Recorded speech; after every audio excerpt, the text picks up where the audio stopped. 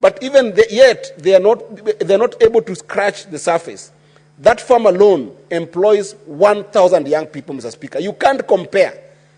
You can't compare. Gaspi Africa has done research in Lake Victoria and has shown that the lake on the side of Kenya alone can be able to produce up to 400 metric tons, Mr. Speaker, which is a market of 120 billion shillings, Mr. Speaker. Yet, in the country today, we are struggling to raise 145 billion, which is what we have cut in national budget in terms of fiscal consolidation. Rio Fish, that is also trying in Lake Victoria, Mr. Speaker, is now employing over 40 young people directly and 200 young people directly, Mr. Speaker. So, as I finish, Mr. Speaker, I want to say categorically that young people in this country will not be leaving streets anytime soon if we are not deliberate about solving the economic problems of young people in this country. As long as young people are hungry, as long as young people don't have jobs, as long as young people don't have income, Mr. Speaker, they will still go to the streets. So I want to call upon the CSS that have gotten the jobs today, starting from my very good friend, Honorable CS Mbadi, and CS, my friend CS Wandai. It is time that you go there as experts and make sure that you're able to dissect the economy and put in place projects that can be able to allow young people to get jobs in this country. With that, Mr. Speaker, I thank you so much, and I hope that we will look at the issue of economic empowerment of young people in this country. Thank you. Senator Veronica. Honourable Speaker, thank you for this opportunity, and I want to support, first of all, the statement by Senator Asige on the performance of the athletes who are in Paris, Mr. Speaker. In this country, Mr. Speaker, we have a bulging population of the youth. If there is one sector that can be an answer to the current issues, the emerging issues that need to be resolved, it is the sports sector, Mr. Speaker. And the sooner that the ministry calls every county into account on what they are doing with sports, Mr. Speaker, and art skills and other skills, Mr. Speaker, that would impact on the lives and transformation of young people, the better it will be for our nation, Mr. Speaker. Mr. Speaker, if we look at the national budget and how much is being divested towards dealing with sports and such activities, Mr. Speaker, it will tell us the much concentration and the attention that is being given to that sector, Mr. Speaker. We have seen a lot of efforts in the management of sports, and I have seen even the enactment of anti-doping laws, Mr. Speaker, which appears to be a commitment towards bettering that industry. But, Mr. Speaker, unfortunately, the way sports are being managed, Mr. Speaker, especially the athletics, Mr. Speaker, has left a lot to be desired. We have certain officials who have refused to move out of the offices, Mr. Speaker. They seem not to have a timeline within which they should serve and exit and allow other officials to come in, Mr. Speaker. Could that be one of the issues that is ailing the sports management in Kenya, Mr. Speaker? If that be the case, as this statement is being committed to the relevant committee, Mr. Speaker, it is the high time we reassessed where, as a nation, where our focus is in relation to the youth, Mr. Speaker. This is one industry, this is one ministry, Mr. Speaker, that can respond adequately to the needs of the youth, Mr. Speaker.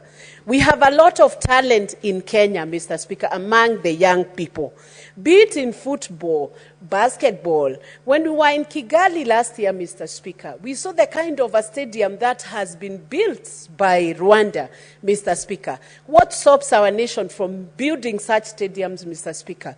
Indeed, Mr. Speaker, both the private sector and public sector should be dedicated and committing to developing this sector, Mr. Speaker, because it worries every Kenyan a lot, Mr. Speaker, when a contractor has been given a stadium and they do a very shoddy job, such that we have to go to Kigali, we have to go to Rwanda to learn the kind of a stadium that another nation, which is just in our neighboring, Mr. Speaker, a much smaller nation than the Republic of Kenya, has put up a stadium which attracts international occupation, Mr. Speaker, and you know, international use, Mr. Speaker. Why do we have this kind of contractors doing this? Do they not also have mercy for Kenya? Mr. Speaker, Actually, the private sector will have to reassess how they are engaging also with government.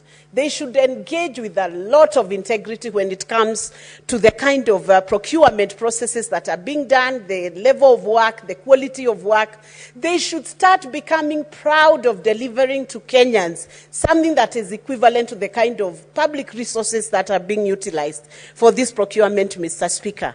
And if we are dedicated to give a good percentage of the national budget towards such a ministry, Mr. Speaker, nothing stops this nation from having enough engagement of youths and youths feeling that we are giving focus to them, Mr. Speaker.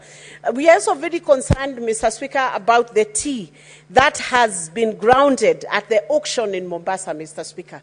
For very many years in Republic of Kenya, Mr. Speaker, tea and coffee has always had market. Indeed, our tea happens to be among the best products in the whole world over, Mr. Speaker. Kenyan tea is used to blend every other tea in many, many nations, Mr. Speaker. We are some of the biggest suppliers to tea, of tea to Egypt, Mr. Speaker. Even the Pakistani tea does not beat Kenyan tea, Mr. Speaker. And if you want to know the quality of tea from Kenya, just go to United States of America and order for a cup of tea. You will wonder whether that is tea or coffee that you are drinking.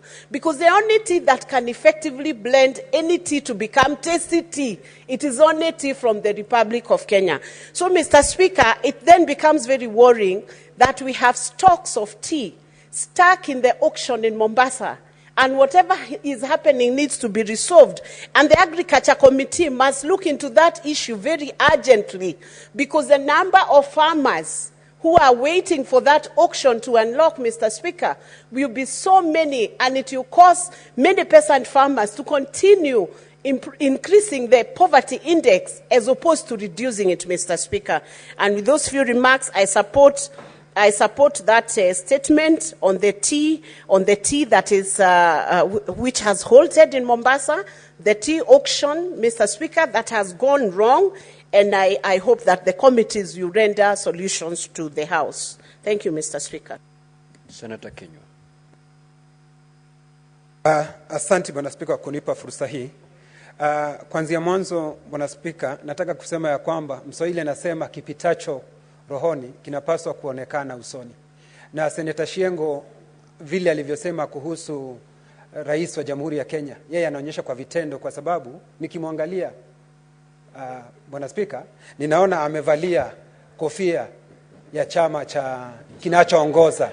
Nikiangalia hata mkoba wake Bwana Spika, nakwambia ya kwamba Senator Kenywa, if you have nothing to contribute on the statements that have been read, please give a chance to your colleagues. No, Mr. Speaker, I am contributing. Okay. I'm contributing. Mr. Speaker, the good lady talked about what the good president is doing. Mr. Speaker, I'm in order to see what I'm saying. Mr. Speaker, kwa taarifa ambayo imeletwa refer to your colleague as the honorable senator. We don't have good ladies, we don't have good gentlemen here. Proceed. Okay. Asante Bwana Speaker. Bwana Spika, na unga mkono taarifa iliyoletwa na seneta wa kutoka Meru, Gathuri. Bwana Spika, kuna mikataba kila wakati ambayo inaandikwa katika gatuzi zetu. Mikataba ambayo ni madaktari na gatuzi zetu kuhusu vile ambavyo matibabu yatakuwa yakielekezwa. Bwana Spika, mikataba hii ni kana kwamba haina faida ya kukamilishwa, ama wale ambao wanaandika hii mikataba hawana haja ya kukamilisha. Ndipo unapata kila wakati Bwana Spika kuna migomo katika hospitali zetu. Wananchi wa gatuzi zetu wanafanya vile ambavyo inapaswa Bwana Spika. Unapata mtu amekata ile kadi ya NHIF, lakini akienda hospitali Bwana Spika hakuna dawa. Kwa hivyo kile ni cha manufaa Bwana Spika, nikiunga mkono taarifa hiyo. Ni sengine inafika wakati nakisia vile ambavyo wananchi wa Kenya wengi wanavyosema, wanaona ni vizuri afya ama matibabu irudishwe katika serikali kubwa na Spika, kwa sababu gatuzi zetu zimezembea katika kazi yake. Muhula uliopita Bwana Spika, kaunti ya Laikipia madaktari walikuwa wamegoma wote. Kaunti ya Kirinyaga madaktari walikuwa wamegoma. Bwana Spika, hakuna kitu kinaonekana kinaendelea, kwa sababu ukiandikiwa dawa katika hospitali zetu, nimesikiza Chuti akisema Unaambiwa, unaenda hospitali bwana spika, unaambiwa uje na maji, unaambiwa uje na sindano, kila kitu uje nacho. Ni kama hospitali yenyewe ni nyumba tu, wewe unapaswa kuja na kila kitu bwana spika. Bwana spika, waziri ambao tayari sasa ameteuliwa na ako katika ile kazi. Na bwana spika, jenzi walisema ya kwamba kunapaswa kuteuliwe mtu aliye na uzoefu bwana spika katika wizara aliyoteuliwa. Sasa tumemteua daktari ambaye ana uzoefu sasa. Bwana spika, sasa tunataka kutumuone Daktari Baraza akifanya ile kazi ambayo ameteuliwa kuifanya, ndio angalau wa Kenya wapate afueni bwana spika. Bwana spika, kuna taarifa ambayo imeletwa na Asige bwana spika. Nilitazama mashindano pale Paris, Kenya wakikimbia. Bwana spika, nilikuwa nikitazama nikiona huyu msichana ambaye anaitwa Yavi, ambaye baadaye nilijua ametoka Makwiny bwana spika. Nilitarajia kwa vile ambavyo niliangalia, lakini baadaye bwana spika nikiangalia katika mitandao, ninaona ya kwamba anasema ya kwamba kisa na maana ya yeye kukua hakuweza kukimbia akiwakilisha nchi yetu ni ya kwamba aliitishwa zaidi ya 200,000 bwana spika. Pesa kama hizi hawezi akazipata bwana spika. Lakini anasema ya kwamba hata baada ya ufisadi ulioko katika wizara bwana spika, yeye alijikakamua na akaweza kuingia katika nchi ile. Bwana spika, mimi ninajua ya kwamba Kipchumba Murkomen ambaye tumekuwa na yeye hapa, kwa sababu sasa amepatiwa hiyo wizara, najua atawajibika bwana spika na atatuletea, kwa sababu bwana spika nilitazama nikiona ya kwamba sisi tutaenda kufuzu. Hakuna mbio ambazo bwana spika, mbio ambazo tumekuwa kila wakati tukifuzu. Bwana spika, niliona wakimbiaji wa Kenya bwana spika wakipitwa na wale ambao watu singe kisia hata wangetushinda bwana spika. Nilidhania wale watu wangetushinda katika ndoto bwana spika, lakini sasa ilikuwa ikitendeka. Kwa hivyo waziri ambao wamechaguliwa, waziri wa afya bwana spika na waziri wa michezo Kipchumba Murkomen, kazi tayari wako nazo, na tayari akianza kazi bwana spika ana kazi chunguzima ambazo anapaswa kuzingatia. Bwana spika, nikimaliza nataka kumrudishia Senator Shengo shukrani kwa yale ambayo amefanya, na tunamwambia heko na uendelee vivyo hivyo, kwa sababu umoja ni nguvu, utengano ni udhaifu. Asante bwana spika. Senator Sifuna.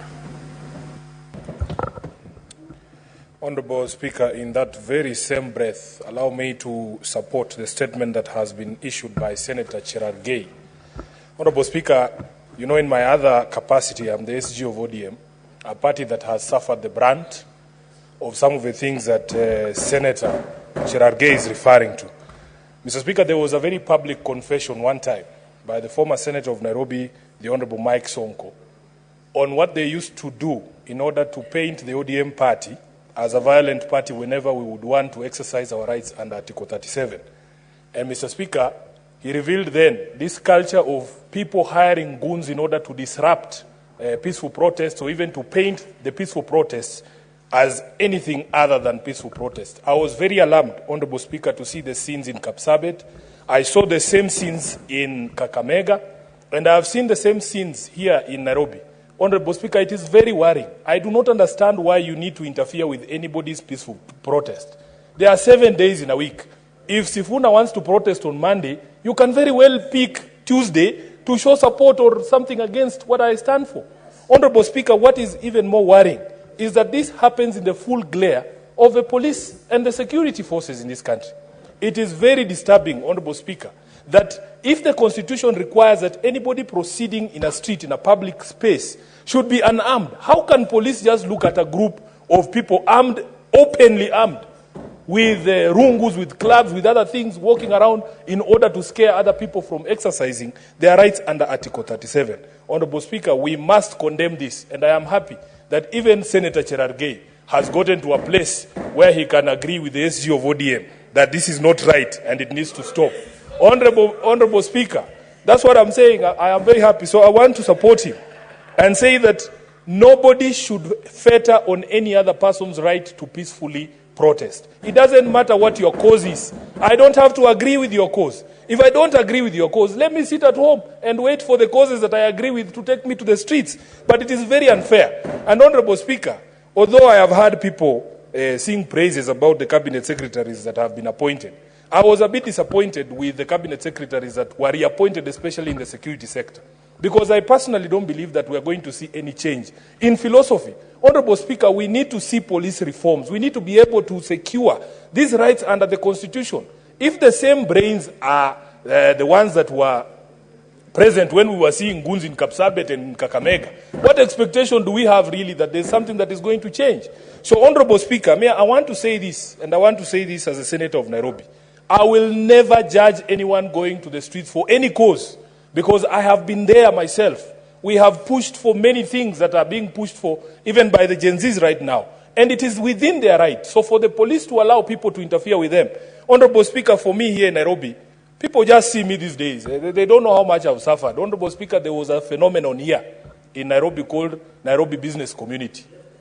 Those people, Honorable Speaker, used to scare us so that we cannot go to the streets. And I don't see them anymore. I don't know if their business is closed. I don't see them anymore. They used to be deployed specifically for maandamano that is championed by ODM and the opposition.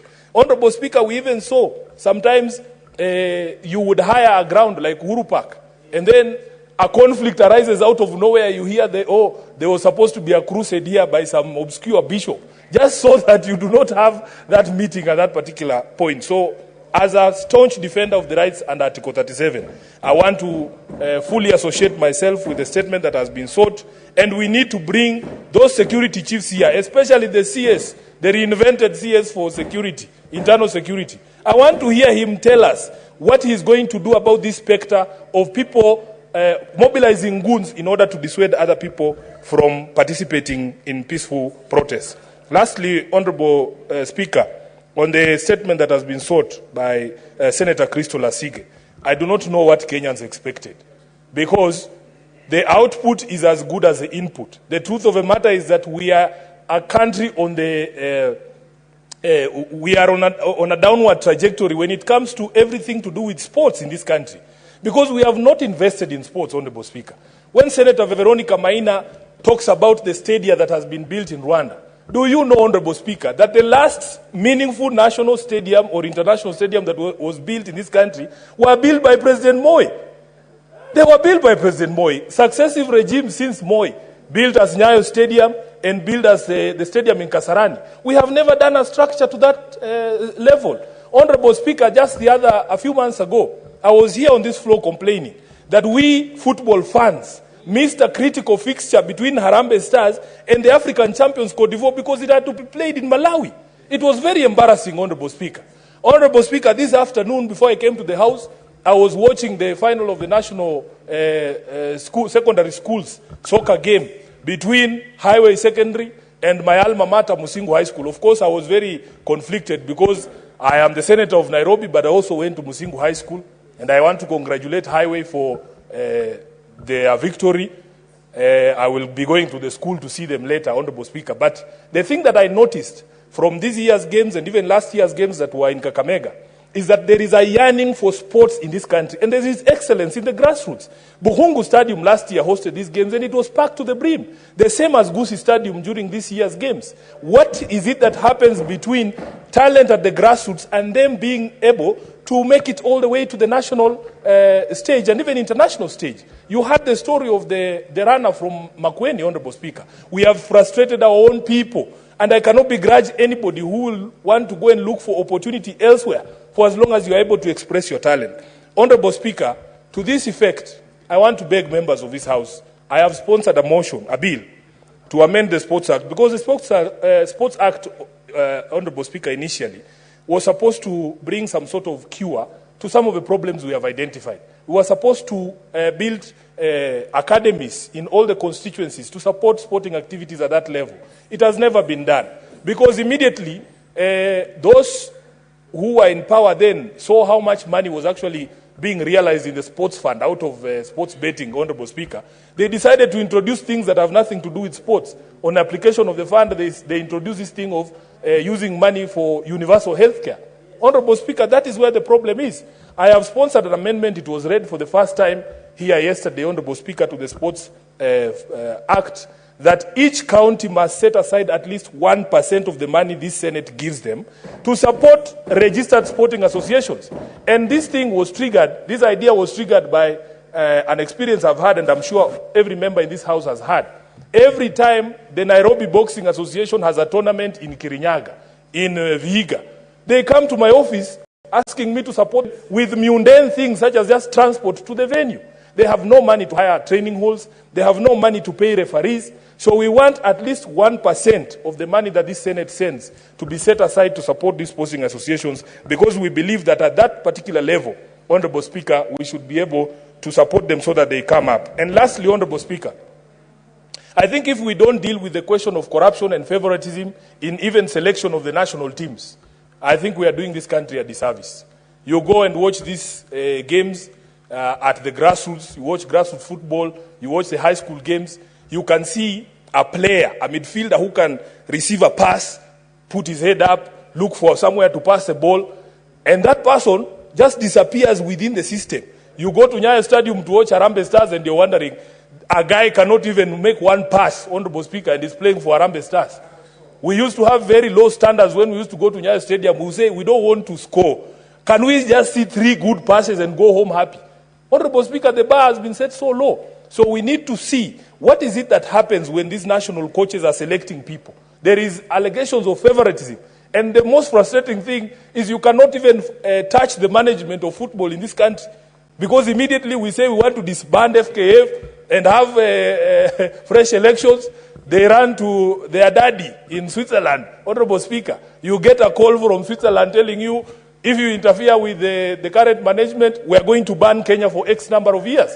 It is very frustrating for us, especially soccer fans who know there is talent in this country that just goes to waste. I thank you, Honorable Speaker, for allowing me to comment. Senator Olekina. Thank you, Mr. Speaker. Mr. Speaker, let me begin by appreciating the statement by Senator Gerald Gay. In the last parliament, I sat in this very house and we passed the tea bill.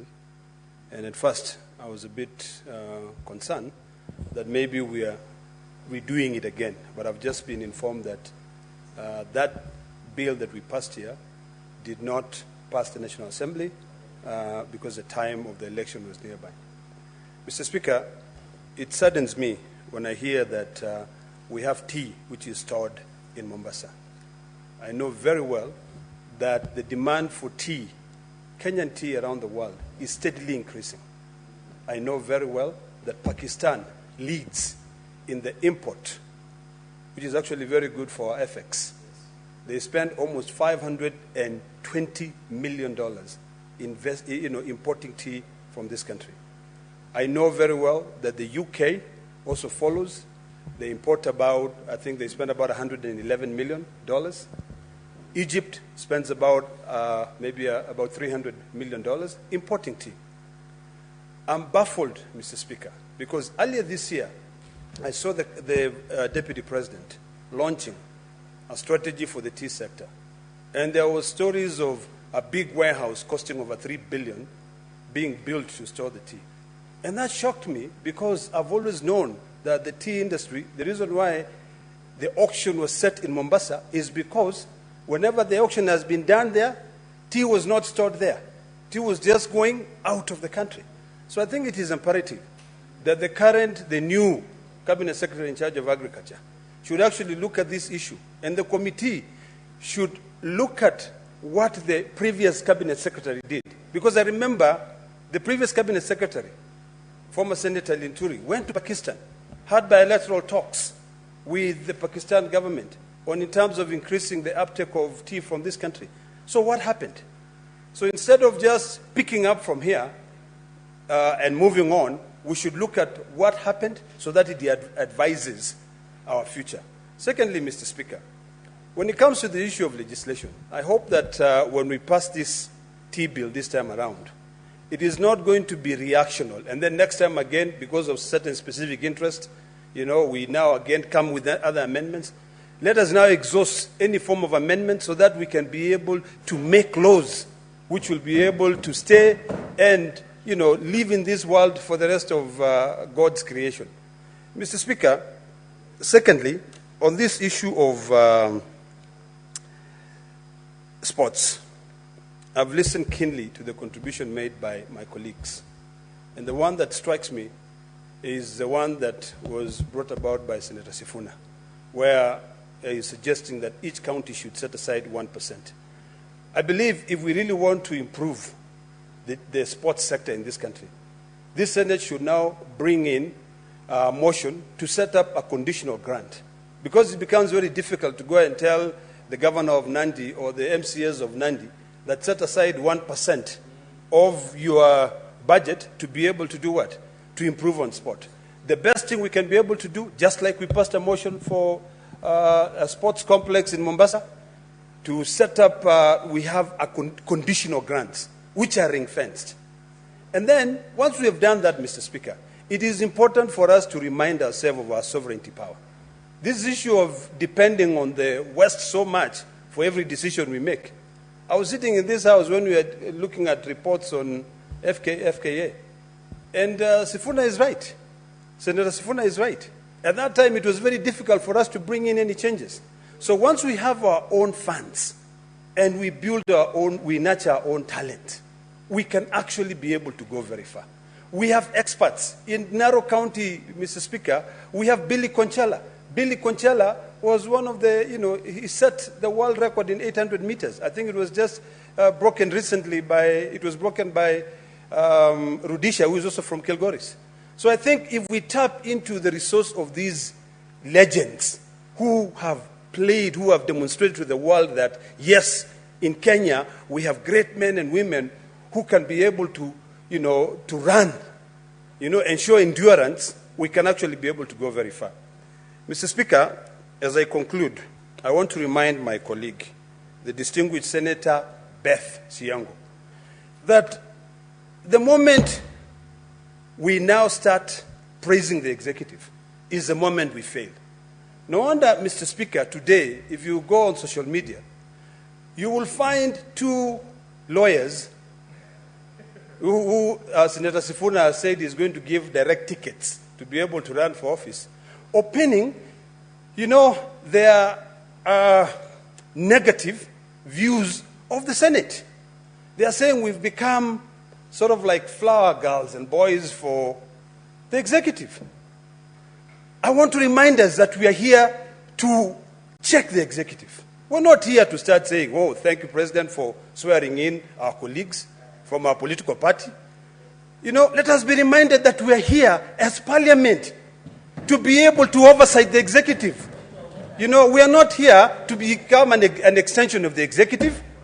I completely detest that, Mr. Speaker.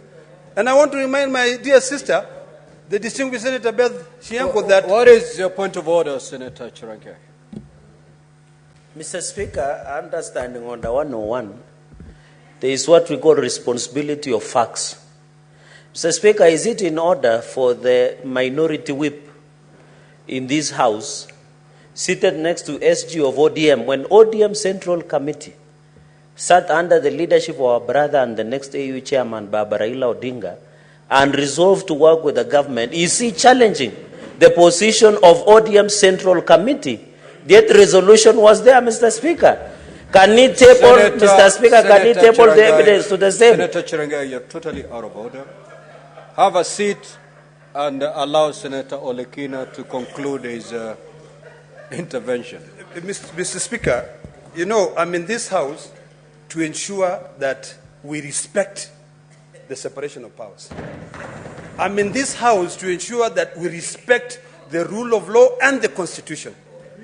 Mr. Speaker, when I was sitting here, and I'm going to now deviate from advising my sister, I sat here and I received a supplementary order paper. And in the supplementary order paper, order number 8, Mr. Speaker, talks about amending the division of revenue. Mr. Speaker, I've been in this Senate for the last 7 years or so. And by the time we pass the division of revenue, there is a process. We start with, estimates, the budget policy statement, we go to medium-term debt strategy, and then eventually we go and we pass the division of revenue. We did that. Why are we reinventing the wheel? Mr. Speaker, let us just for once respect the rule of law. You know, I sat in this house, very house, and we actually passed the third generation formula, which determine how much money is sent to counties and how much money is maintained. We set a bare minimum. Now what we are being asked to do is to now go against the Constitution. You know, I mean, this is ludicrous. You know, there's no time, Mr. Speaker, that we've actually even, the money that we've passed has all gone to counties. Treasury has always had a debt. So I think when we talk about these issues, let us be factual and let us remember that we are guided by principles. We have the rule of law. You know, the moment we start now opening the division of revenue debate, we're actually going to be abdicating on our duties. You know, then at that point I'll just tell us, let us just fall and go. Because if you're telling us that what we passed here, 400 billion, we are now being told to reduce. We forget that when you look at the division of revenue bill, or rather act, if you look at section 5 of that, it says any shortfall is absorbed by the national government. You know, so why is the national government not absorbing it? Colleagues, let us defend our counties. That is why we are here.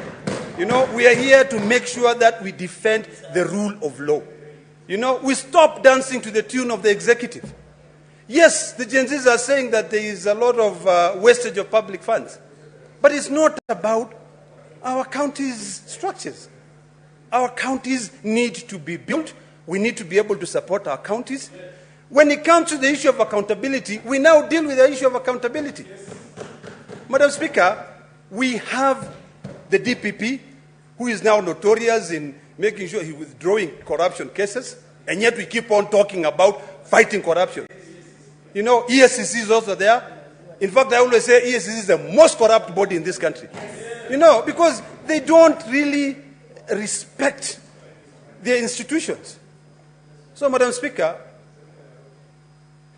as I conclude, let us remember that we are here for a very short time. The time we are here, let us make sure that we leave a mark in this country called Kenya. You know, this issue where we have laws and they are only good on paper, or they are determined by other interest bodies, where we just make laws which are reactionary, must come to an end. So, Madam Speaker, the Senate is there to oversight the executive, but not to be an extension of the executive or to dance to the tunes of the executive. Thank you, Madam Speaker. Thank you, Senator. Senator Chirarike Samson Kiprotich. Mr. Speaker, I have not spoken on commenting on... No. I was just reading my statements. Huh? No, I wanted to comment on performance of athletics. Mr. Speaker, Madam Speaker, thank you very much. I want to support Senator Crystal Lasige, Madam Speaker, on the issue of performance of athletics. Senator Mr. Sifuna, what is your point of order? Resume your seat, Senator Chirarike. Honorable Speaker, it has been the tradition on this floor that when people have read their statements, they allow other people who have not spoken to contribute to the statements. But you cannot read, he read 5 statements. Now he wants to comment on another statement. Allow other people to also contribute, and they are on the queue. Honorable Chair, it is not proper. Okay, Senator Chirarike, just to ensure equity, and that equity and justice to be seen to be done, let me allow other senators. I'll still give you a chance to comment on the other statements, but please sit ground because you read the statements, and let me call Senator Wamatinga. Thank you very much, Madam Speaker. And let me also start by thanking Senator Sifuna. Indeed, these are some of the people that we need in this country so that equity can prevail. Madam Speaker, I also want to add my voice into the various statements that have been raised today. Indeed, let me start by commending the head of state, none other than His Excellency Dr. William Samoei Ruto, for forming a broad-based government. Mr. Speaker, sir, it is not about the individuals who are named in the cabinet where they came from. It is the spirit.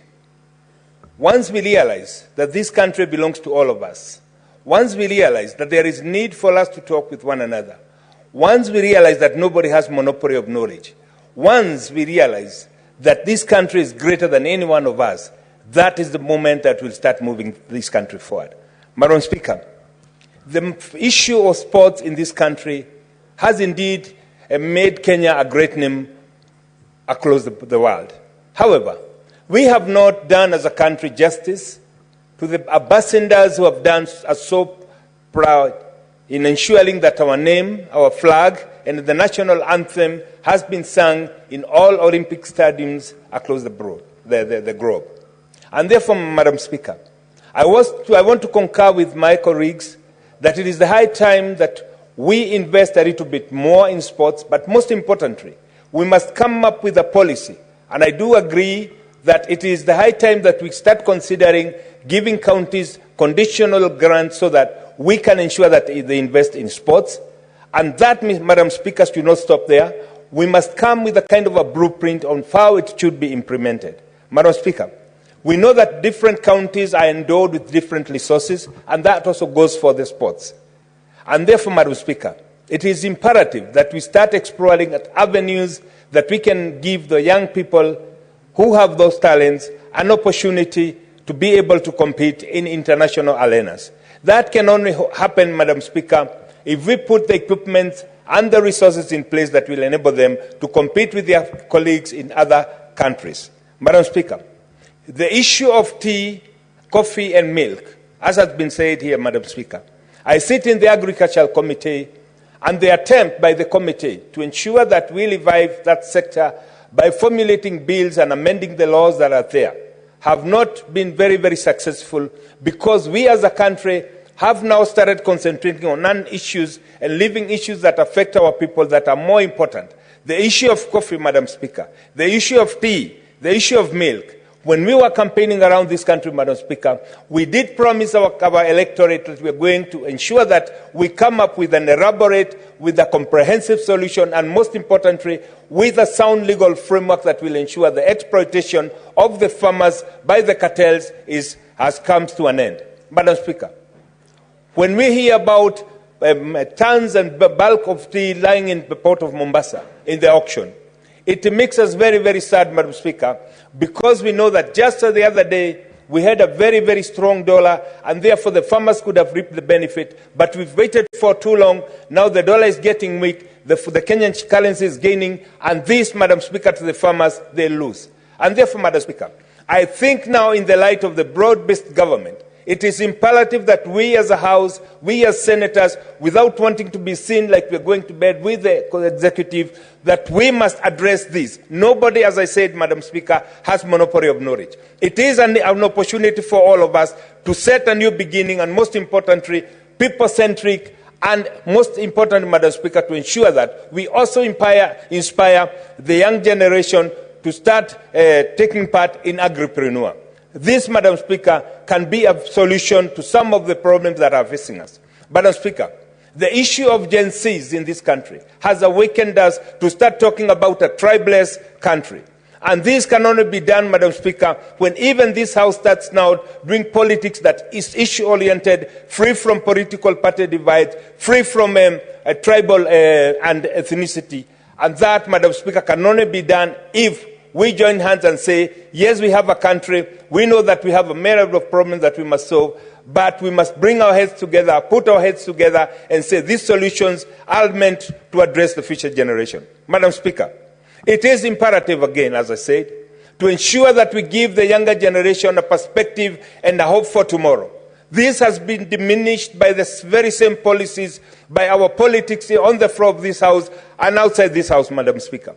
I would want to urge my colleagues, now in the spirit of the broad-based government, Let us embrace each other. Let us come with policies. And most importantly, let us now try and start looking at issues that affect us as a country and ask ourselves, how do we ensure that we inspire, we give hope, and most importantly, equal opportunities for our youngsters?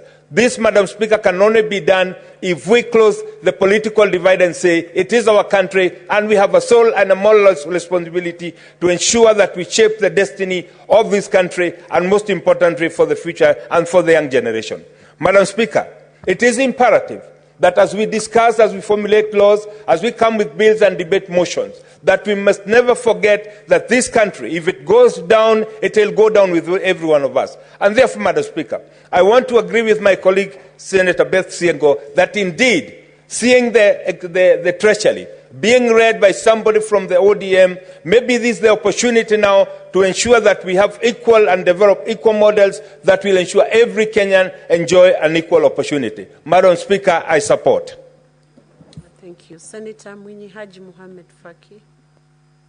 Asante Bispika kwa kunipa fursa hii kuchangia taarifa kadhaa. Nikichangia kwanza ambayo imeletwa na Senator Cherigei kuhusiana na biashara ya chai katika soko la Mombasa. Mheshimiwa Spika, hapo awali bunge la Senate lilipitisha kanuni zile, yani regulations, ambazo liliipa fursa serikali kuweka bei ya chini ya majani chai. Mheshimiwa Spika, kutokana na kanuni hizo, uuzaji wa chai, Mheshimiwa Spika, umeweza kudorora kwa sababu ile chai haiuzwi kulingana na mahitaji ya soko. Mheshimiwa Spika, tukiangalia katika soko huru ni kwamba bei inapatikana kutokana na wingi wa chai na upungufu labda wa haja ama demand and supply factors kusema ukweli. Kwa Mheshimiwa Spika, hii kuweka bei ambayo lazima chai iuzwe kwa bei hiyo imefanya soko kudorora, Mheshimiwa Spika, kwa sababu mara nyingi ile chai inapouzwa haiwezi kupata ile bei ya chini kabisa ambayo soko limewekwa. Mheshimiwa Spika, kuna chai ambayo inakuja katika soko kupitia kwa KTDA, Kenya Tea Development Authority, na vile vile pia kuna chai ya kutoka kwa watu binafsi. Mheshimiwa Spika, hii chai ambayo imeleta matatizo ni ile chai ambayo inatokana na shirika la KTDA. Kwa hivyo Mheshimiwa Spika, swala hili litaweza kutatuliwa iwapo ile kanuni ambazo zinasema kwamba kuwe na bei ya chini ya chai zitaweza kubadilishwa na kuhakikisha kwamba soko linakuwa huru. Iachiwe soko la East African Tea Traders ambao wanasimamia soko hilo kuangalia ni vipi ambavyo wataweza kuhakikisha wanadhibiti bei ya chai ili chai ile isiweze kupata bei ya chini. Mheshimiwa Spika, ningependa vile vile pia kuchangia statement ya Senator Asige kuhusiana na kudorora kwa Team Kenya katika michezo ya Olimpiki mwaka huu ambayo inafanyika hivi sasa mjini Paris.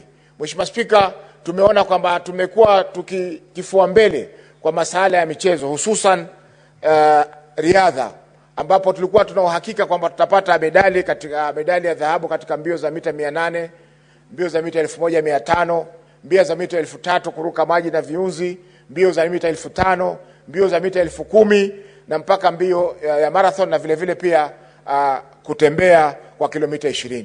Lakini Mheshimiwa Spika, kwa sasa mpaka sasa leo tumeweza kupata medali moja ya dhahabu peke yake katika mbio za mita 1500 kwa wanawake. Mheshimiwa Spika, hali hii, matokeo haya ni matokeo duni sana kulinganisha na vile ambavyo Kenya imekuwa ikifanya katika michezo hii. Na Mheshimiwa Spika, hii imetokana na kwamba kama serikali haijawekeza kikamilifu kwa michezo. Mheshimiwa Spika, tumeona mkimbiaji kama Faith, Mheshimiwa Spika, ameweza kushinda mbio nyingi hapo nyuma.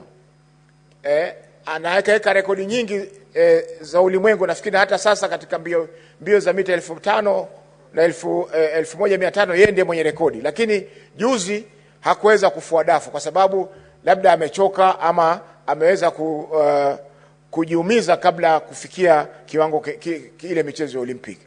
Mheshimiwa Spika, kwa hivyo tungependa kuwe na uwazi katika uchunguzi huu wa matokeo haya duni.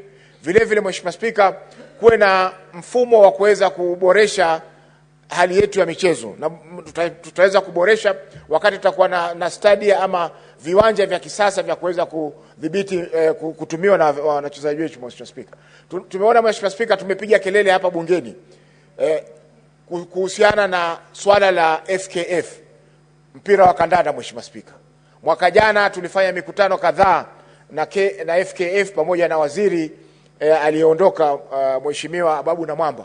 Mheshimiwa Spika, na mpaka sasa bado hali ni ya utata. Koti imesema kwamba ofisi ya Nick Mwenda imemaliza wakati wake, lakini bado Nick Mwenda yuko pale pale, hajaitisha mkutano wa kuhusiana na mkutano mkuu wa mwaka ili kupanga mikakati ya kuchagua ofisi nyingine. Kwa hiyo Mheshimiwa Spika, hatuwezi kukaa hivi wakati tunaona kwamba hali yetu ya michezo inadorora. Nilifurahi juzi wakati Senator Murkomen alipokuwa akihojiwa, aliposema kwamba atahakikisha kwamba amesafisha mashirika yote ya michezo, na akasema kwamba ameona kwa kila mara serikali ikitaka kuchukua hatua kwa mambo ya kandanda watu wanakimbilia kwa FIFA. Hiyo Mheshimiwa Spika ni taarifa nzuri, lakini sasa ni wakati wa kubadilisha taarifa hiyo kuwa vitendo. Aanze na hapo kwa FKF, ahakikishe kwamba tumeweza kupata uongozi mpya wa mpira labda kufikia Disemba mwaka huu, ili matayarisho ya AFCON 2027 yawe yako sawa sawa, na vile vile Kenya iweze kufanya vizuri katika michezo hiyo.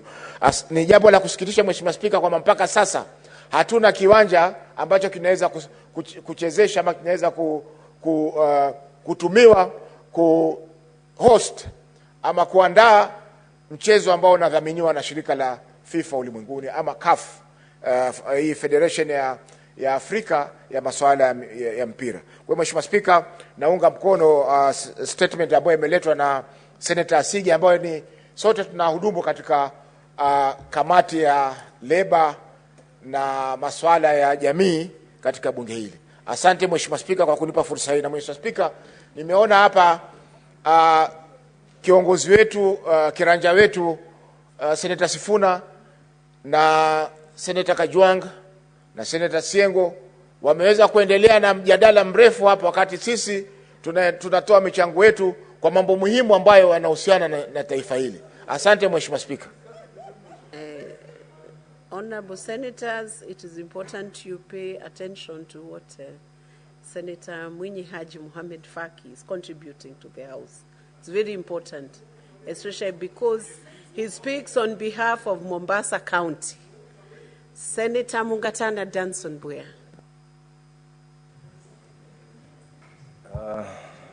Mama Speaker, pia mimi napenda kuchukua nafasi hii kusema asante kwa kunipa nafasi na mimi nitoe mchango wangu kwa statement ya Mheshimiwa Kathuri kuhusu shida za wafanyikazi wa hospitali.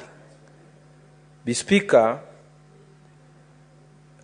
mimi nakumbuka sana tulipokuwa wadogo, wakati ambapo baba na mama wote ni watu wa wafanyikazi wa kitengo cha afya, walikuwa wakifanya kazi kwa serikali, na ingawaje tulikuwa wadogo tulikuwa tunaona dhiki na shida katika hali ya kimaisha.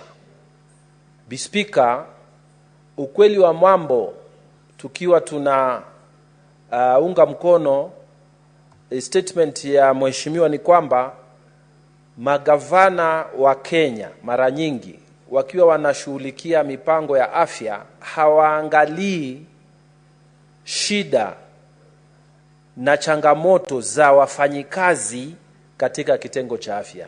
Mara nyingi utaona wanaenda kushughulikia kujenga mijengo ama kufanya mambo ambayo yanaweza pengine kupata kitu, lakini ikifika mahali pa kushughulikia wale wafanyikazi wa kiserikali za kaunti kwa upande wa afya, unaona wanawachilia sehemu hiyo. Kwa hivyo mimi naunga mkono hiyo statement, kwa sababu saa hii wafanyikazi wa Meru, wa afya wameenda mgomo, na ni kwa sababu ya shida, na ni kwa sababu ya kutojaliwa na mamlaka ya gavana wa sehemu hiyo.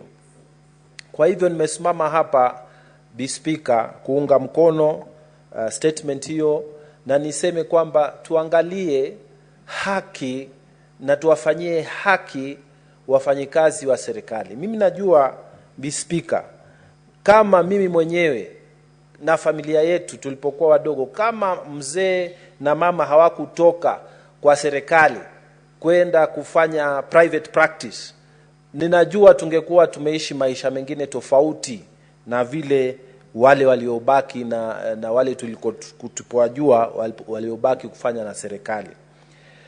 Madam Speaker, mimi maombi yangu ni kwamba upande wa afya pia upewe pesa za kutosha, kwa sababu, na tusiseme haiwezekani, inawezekana, kwa sababu sisi wengine ambao tumefanya kitengo cha justice ama haki, tunajua miaka iliyopita mawakili ambao walikuwa wanafanya upande wa serikali, sote tulikuwa tunajua hawalipwi vizuri, na mara nyingi sisi tulipokuwa tunaanza kazi, sote tulikuwa tunakimbilia upande wa kufanya kazi kibinafsi ama private practice, kwa sababu huko ndio tulikuwa tunajua kuna hela. Lakini miaka hii iliyokuja baadaye, tumeona serikali inalipa mawakili wao vizuri. Prosecutor na DPP wako sawa sawa, ama hakuna tofauti kubwa kati ya wale ambao wanafanya kazi kwa serikali na wale ambao wanafanya kazi kwa upande wa kibinafsi ama private practice. Na ukweli wa mambo ni kwamba kama serikali wameweza kufanya kwa upande wa mawakili na upande wa sheria, hakuna sababu nzuri ya kutosha ya kutofanya hivyo kwa wafanyikazi wa kitengo cha afya. Kwa hivyo hakuna sababu ya sisi kusema magavana wasifanye hivyo. Na Bi Speaker, mimi nikiwa naongea hivi, nasema kwa sababu ya shida ambayo iko Tana River. Na maombi yangu ni kwamba wakati kamati ya afya ya Seneti watakapokaa kuongelea swala hili, waangalie pia sehemu ya Tana River. Bi Speaker, utakuta kwamba wafanyikazi wetu wana mishahara duni, na mishahara duni hii utakuta sehemu zingine, kaunti zingine, watu wanapata mishahara mikubwa kushinda wale wanaofanya kazi Tana River. Na inaleta mgogoro, kwa sababu unakuta watu wengine wanataka kutoka wakafanye kazi kwa kaunti zingine, na wanatoroka ile kaunti, na ilhali wote wamefanya training sawa sawa. Kwa hivyo swala hili liangaliwe na kamati ya afya. Kamati ya afya waulize kwa nini Council of Governors hawawezi kuweka kusawazisha ama ikuwe standardized. Ukiwa wewe unafanya kazi ya nurse kwa kaunti hii, uwe pia unalipwa mshahara sawa sawa na wale wanafanya kwa kaunti zingine. Kwa nini tusiwe na structure ambayo itasimamia Kenya mzima, kaunti ya 47 ziwe watu wanapata mishahara ya kisawa? Pia Bi Speaker, promotion ya hawa wafanyikazi wa serikali, unakuta kuwa kuna sehemu zingine, kaunti zingine watu wanachelewesha, kaunti zingine watu wanafanyiwa haraka, na haieleweki ni kwa sababu gani. Kwa hivyo ninaomba wakati ambao statement hii inaangaliwa, Council of Governors pia waitwe na wajieleze ni kwa nini hawezi kuwa na structure ambayo tunajua itakuwa inafanya kama ni mambo ya promotion katika hizi gatuzi ya 47 ziwe zinaenda sawa sawa. Bi Speaker, kule kwetu Tana River kuna wale ambao waliandikwa kazi kitengo cha afya na waliandikwa na contract. Unakuta kaunti zingine contract hizo zimeanzishwa upya ama zimekuwa extended na wamekuwa absorbed. Lakini sasa katika kaunti yetu hawa ambao wamefanya kazi na contract hawaja kuwa absorbed. Na swali tunauliza ni kwa nini kaunti zingine wanafanya hivyo na kaunti zingine kama yetu wafanyikazi hawapewi zile contract ambazo zinatakikana. Speaker, sisi tunaomba ya kwamba kuwe na standardization ama usawazishaji wa mambo ya haki za wafanyikazi wa afya katika Kenya mzima na gatuzi nzima za Kenya. Speaker, katika statement hiyo na kutokana na mambo ambayo yanafanyika katika kaunti yangu, kwa sababu ya kukosa kuwapatia wale wafanyikazi extended contracts, kuna kitu kinaitwa understaffing ama ukosaji wa wafanyikazi wa kutosha katika health department. Watu wengi wakienda hospitali wanakuta pengine yule ambaye ni mkubwa wa hospitali ndio clinical officer, tena yeye ndio anasimamia kuandika records. Unakuta katika hizi dispensary, Madam Speaker, kuna shida kwa sababu wale ambao walikuwa wakuwa extended katika hizi 4-year contract hawakupewa extension. County zingine wamekuwa absorbed. So Madam Speaker, naomba wakati kamati ya health waangalie pia sehemu zingine kama Tana River. Poor working conditions, Madam Speaker. Unakuta mtu anaenda kufanya kazi, yeye anataka pengine kupatikane mapimo ya damu. Wakienda kule hakuna zile zinaitwa reagents ama zile dawa ambazo zinatakikana ili hiyo damu ikipimwa ilete majibu ambayo daktari atafanyia kazi. Mtu anatumwa lab, utakuta hakuna reagents. Mtu anatumwa kwa pharmacy, unakuta zile dawa ambazo zingefaa zimsaidie yule mgonjwa baada ya kuonwa na daktari hakuna.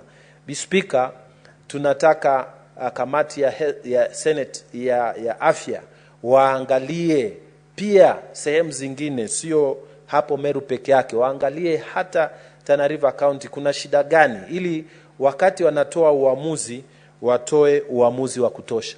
Wafanyikazi wa serikali kweli kule Tana River wengine wamepata nyumba, lakini zile nyumba ni za zamani, zilijengwa wakati wa ukoloni. Na Speaker, ukweli ni kwamba nyingi zinaporomoka na hakuna namna ama budgets ambazo zinawekwa kusaidia kutengeneza hizi nyumba ili wafanyikazi wa pale wawe wanafanya kazi vizuri. Watu wanaenda hospitali, mfanyikazi wa hospitali yuko pale kazini, lakini hata vyoo unakuta haviko visafi, haviko na hali ya kutumika. Mtu akiwa yuko pale hospitali anafanya kazi, inabidi tena arudi tena nyumbani ikiwa amepata mwito wa haja.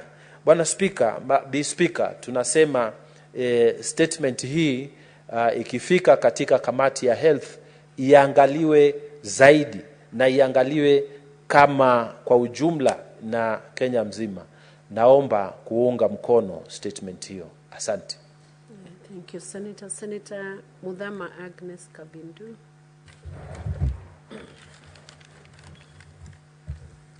Thank you, Madam Speaker, for giving me this opportunity to support the statements that have been read here. And I'll start with the Deputy Speaker's statement, Kathuri Murengi, Meru. Madam Speaker, this statement is very timely for what is happening right now in the counties. Doctors, nurses, and even cleaners in hospitals are not well taken care of. One, they are underpaid. Two, Madam Speaker, they are vulnerable because they meet with all manner of patients, with all manner of diseases and sicknesses. And they are there to treat them without fear for their lives.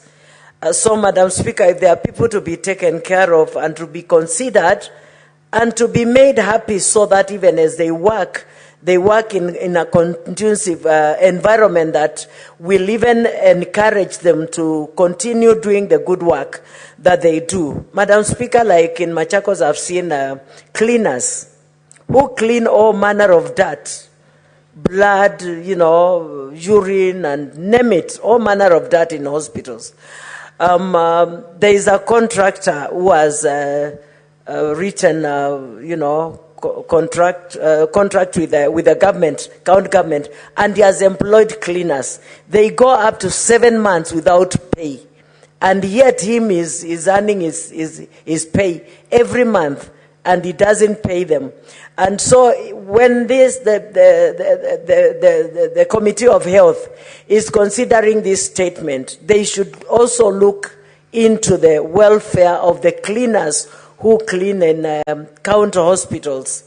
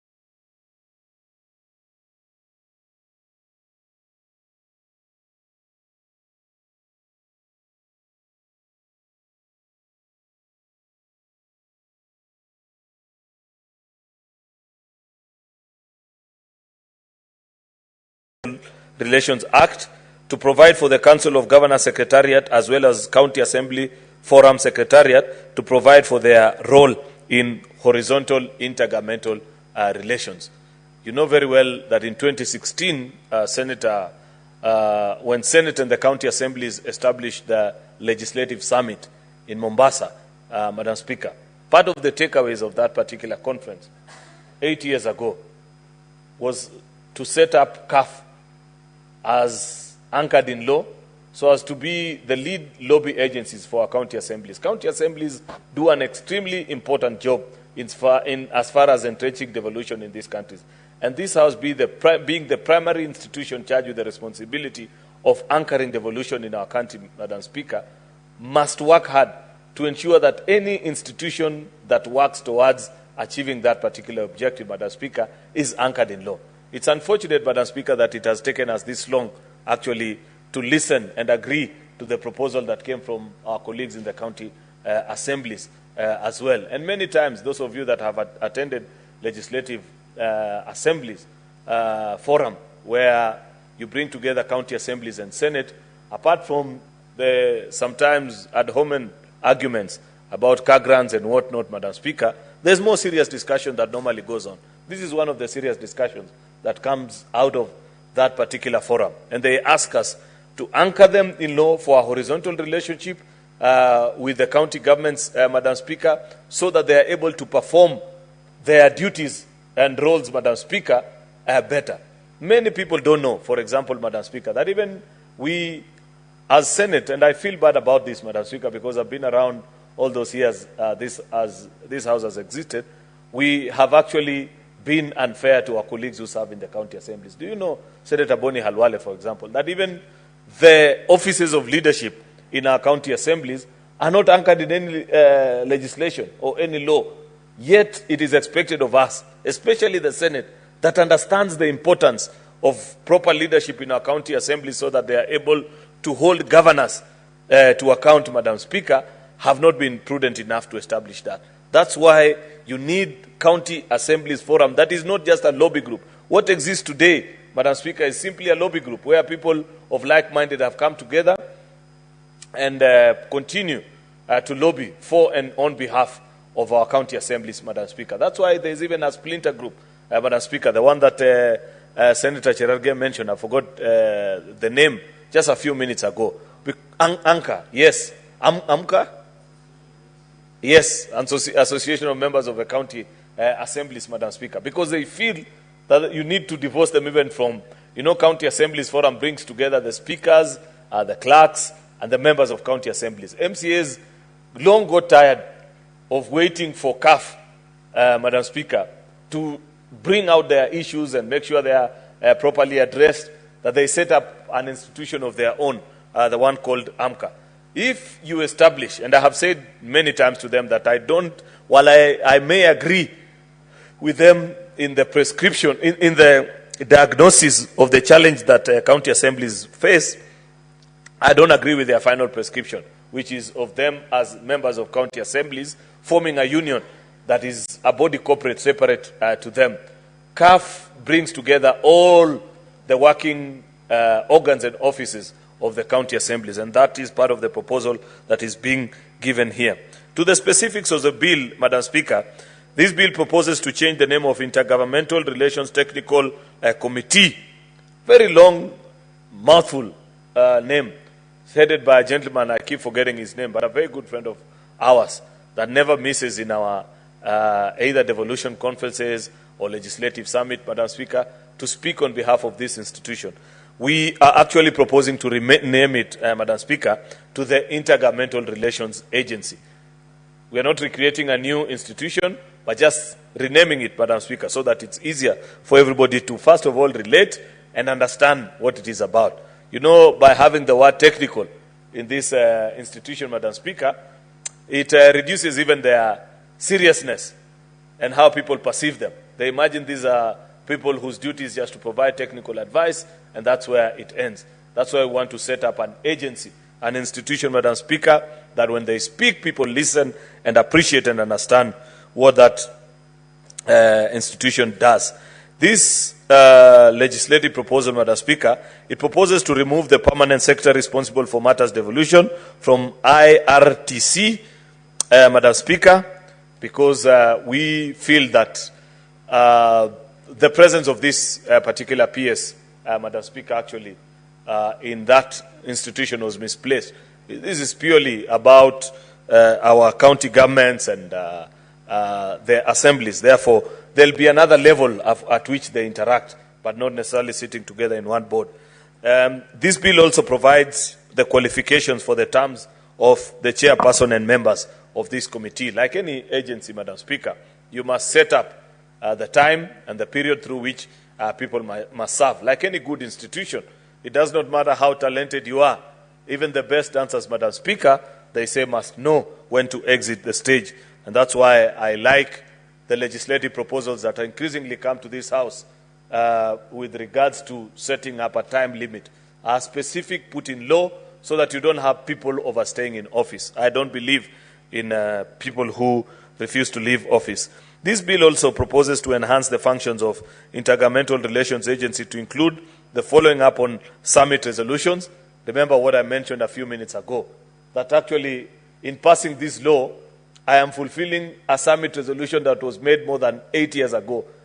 You know, in 2016, at I think we were at Pride, Madam Speaker, if my memory serves me right. That's why you need such an agency, so that once the resolutions have been passed out of the summit and other institutions, Madam Speaker, that work along the lines of devolution, Madam Speaker, there is a body corporate that follows through and ensure that that comes to life.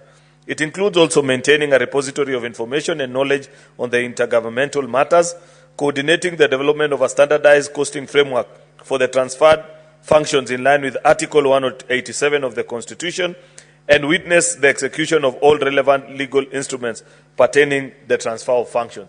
This topic of the transfer of functions, Madam Speaker, is a topic that we need to bury. And how you bury it, Madam Speaker, I know very well that, for example, when President William RUTO came to office, at his inaugural speech at Moi International Sports Center, Kasarani, he gave a commitment to the country that we need to complete, actually, the costing and transfer of functions to the devolved units.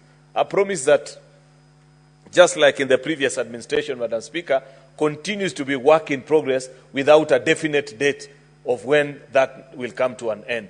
This is one of the key and the core responsibilities of this agency, especially with the absence of the interference of the national government, because you have removed the PS representing the national government, so that this is purely about the county governments and their assemblies, Madam Speaker. They can do the costing and agree with the National Treasury, raise these matters at the summit, so that we can bury this conversation about the transfer of functions, Madam Speaker. Clause 4, Madam Speaker, it proposes also to give Intergovernmental Relations Agency the powers to gather by such means as it considers appropriate any relevant information of reports where it considers necessary to perform its functions. It gives advice with respect to disputes and take measures it considers necessary to ensure that the principles of cooperative government set out in Article 189 and Article 6 of our Constitution, ensuring, Madam Speaker, that there is a better coordinated relationship between the county and the national governments. Article 189, Madam Speaker, of our Constitution envisions and aspires to a nation where the counties and the national government, Madam Speaker, are in sync in terms of service delivery to the Kenyan citizens, Madam Speaker. Not this push and pull that we are accustomed to, especially in the formative years of devolution. I know things have gotten better over the past couple of years, but we don't want a relationship that is sounded, or that is founded rather, Madam Speaker, on the whims of good relations between the men and women that head these institutions. We want it set out in law, Madam Speaker, so that it doesn't matter who is in office, but you have a credible, strong institution that is duty-bound, set out in law, Madam Speaker, to ensure that this happens. That is how you build a cohesive and prosperous nation, Madam Speaker. Point 6, Madam Speaker, this also provides for the establishment of the COG Secretariat in law, and the sources of funding of the council. I know COG receives resources, for example, from the national government, because part of what they do, Madam Speaker, are responsibilities that are shared across the two counties. They also receive a contribution which is informally set. I think it's an equitable amount from all the 47 county governments, Madam Speaker. But now, with the establishment of the CAG Secretariat in Law, Madam Speaker, our county governments actually can make a contribution without being offensive to the law. As they do it today, Madam Speaker, it continues to raise an audit query in almost all our 47 county governments, because they are making a donation to a body corporate that is foreign and alien to the operations of our law on devolution, Madam Speaker. With the passage of this bill, Madam Speaker, that will be history, and it makes sure that there are mandatory subscription from county governments and even donations to the councils. There are many non-governmental organizations, for example, that wants to partner with COG in entrenching the beauty of devolution in our country, Madam Speaker, making sure that it succeeds, and all the other forms and organs of that particular institution, Madam Speaker.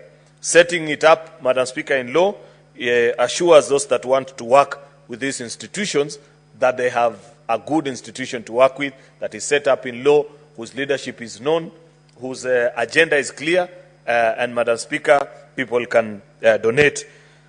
It also provides for the establishment of the County Assemblies Forum, its function, its secretariat, the sources of funding, as well as subscription from the county assemblies. I have mentioned why this is important, Madam Speaker, that our County Assemblies Forum as well is a body corporate, Madam Speaker, that needs to be the anchor link between Senate and our county assemblies, Madam Speaker, ensuring that there is a standard of practice, even reporting mechanism.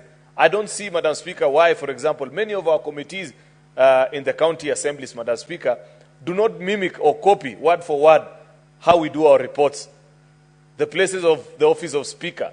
If you go to many of our county assemblies, and I'm sorry to say this, you'll find that the Speaker is a law, which is not what our Constitution envisioned.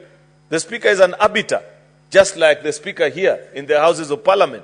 They don't make a determination. I follow what happens in many of our county assemblies. And as a leader, Madam Speaker, I see actually WhatsApp messages that the Speaker just made a determination, change of leadership, set up. You can find up even a Speaker of a county assembly forming a select committee on their own. And because many of our members of our county assembly are actually either on their first term, this is their first interaction with a legislative body, Madam Speaker, they don't understand some of these challenges. It is Senate that is supposed to play the big brother role, Madam Speaker, and be a mentor to our county assemblies, Madam Speaker, to make sure that they come of age. Issues of manipulation of the budget process, Madam Speaker. What are the powers and the limit of powers that county assemblies have with regards to amending a budget proposal that has been sent out to the county assemblies, Madam Speaker? Senate needs to take its rightful place. And it is impossible to do that with all our 47 county assemblies. So what do you do, Madam Speaker? You work better with the rest of the 47 county assemblies through County Assemblies Forum. So that when you have a sitting with their leadership, when they have a competent secretariat to the level of what we have here in the Senate, Madam Speaker, they are able to guide our county assemblies. We look forward to sending Director Ruge here to train them at CAF. With this man is a repository of legislative procedures here in the Senate. The same knowledge needs to be passed to our county assemblies. How do you transfer and pass that knowledge, Madam Speaker?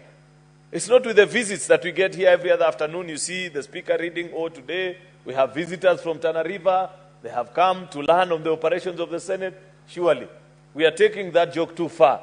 You need a proper, established by law institution, Madam Speaker, that members of these county assemblies can learn or send their lead clerks, Madam Speaker, their lead legal counsels, Madam Speaker, fiscal analysts, to come and interact with those of the Senate and copy the best practices. That's why it is important to anchor CAF in law and ensure that the same way Council of Governors gets funding from the national government, get funding from the various counties. The same is done with the County Assemblies Forum, Madam Speaker, so that our county assemblies can rise to the level that was envisioned, Madam Speaker, when we set up devolution. You know, everything is about perception, Madam Speaker. And people have learned how to tell their stories. Us in the devolution family, we must learn also how to do this. And I speak about this so openly because this is something I appreciate, Madam Speaker. People, you know, and allow me to digress a bit, Madam Speaker, but this is in relation to the point that I'm trying to converse on the floor. People speak their stories in a different way.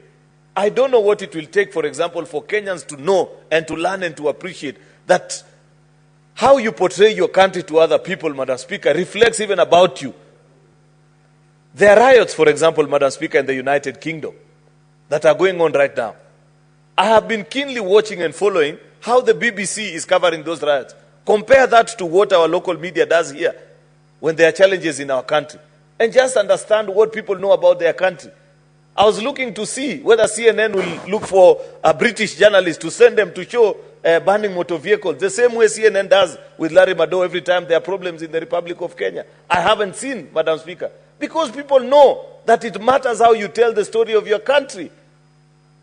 And I hope our journalists can take time to follow and see how the BBC, how Sky News is taking time to analyze the issues that are contentious, condemning those that are using extra legal means to pass their point, Madam Speaker, things that you will never hear in the riots and the challenges that we have been facing as a country. It's all about perception and appreciating that nobody will ever do your job of ensuring that even as you pass your point, Madam Speaker, you don't need to beat yourself too hard or try to paint how things are bad and to appear intelligent.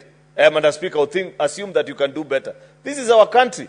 The good that exists in Kenya is for all of us. The bad that exists in one way or the other, Madam Speaker, we are duty-bound to make it better. I hope we could learn about that. And that's why, Madam Speaker, I felt it was just important to mention that with relations to what County Assemblies Forum need to do for our county assemblies. You know, and I appreciate that county assemblies have come of age. You know, previously, Madam Speaker, all we used to hear about, especially in the 2013 to 2017 cycle of devolution, is that there was a fight in this county assembly, there was this that has been happening, they're impeaching this or the other. In fact, there was a bold headline one afternoon, I remember us discussing here, where citizens were saying, disband this thing called county assemblies. But that was then. The county assemblies that we have in present-day Kenya, Madam Speaker, if you follow the debates, they are just as good as you would get even in a national legislature like the Senate of the Republic of Kenya or the National Assembly, if not better, even in certain instances. Even the quality of legislators that are being sent there, citizens are beginning to appreciate that a representative needs to be somebody who knows how to pass on your issues and represent you, feel with you when you have challenges and speak out for your sake, Madam Speaker. Therefore, Madam Speaker, that sets the basis why it will be important for us to support our county assemblies and ensure that they live up to the expectation that we set out. And that's why it will be important for CAF to be set up in law just as we are proposing. I know COG and CAF have proposed amendments. I saw the presentation and I have seen letters in my office from both institutions of how they want this bill to be enriched, Madam Speaker. And I look forward to seeing how the committee, when they eventually table their report before this House, will want to enrich this particular legislation. But it is a good start. Let us conclude on this business, Madam Speaker. We send it to the National Assembly and ensure that we will have done one important assignment to the family of devolution that so looks up to us as the lead institution in fostering and nurturing devolution in our country. With those many remarks, Madam Speaker, I want to request my senior, the Senator for Kakamega and the whip of the majority side, Senator Dr. Boni Halwale, to second this. I thank you, Madam Speaker. Thank you, Senator. Senator Boni Halwale. Yes, Madam Speaker, I want to thank the leader of the majority for ably moving this motion. this amendment bill. Mr. Speaker, I'd like to start by saying that the issue of intergovernmental relations is too important to be left vague the way it is, Madam Speaker. Mr. Speaker, there is a greater need for us to explicitly provide for it through the kind of legislation that the leader of the majority has just moved. And I support the reasons he's used to move this bill fully. Madam Speaker, when I look at the bill specifically, I have very few comments which, to my mind, I think are important. The first one, Madam Speaker, is on page 153 of the bill, where in clause 3(4), the bill provides that a person shall be qualified for appointment as a chairperson of the agency if such a person holds a master's degree from a university recognized in Kenya.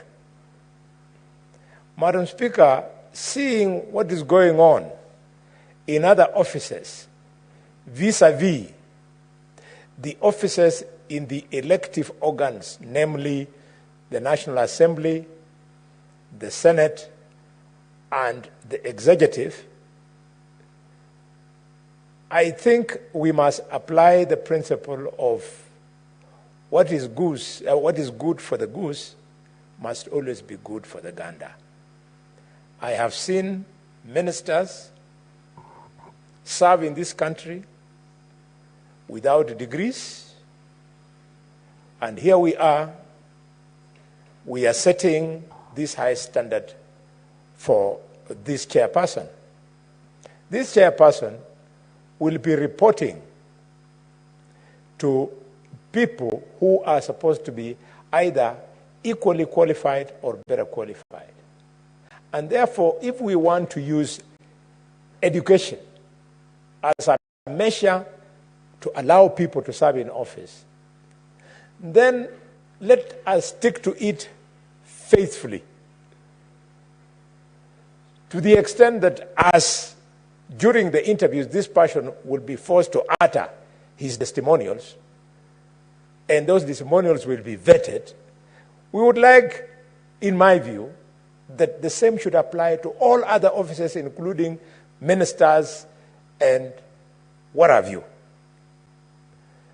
I sit back and I wonder, 60 years since the advent of education in Kenya, should we be still permitting people to lecture us on how they have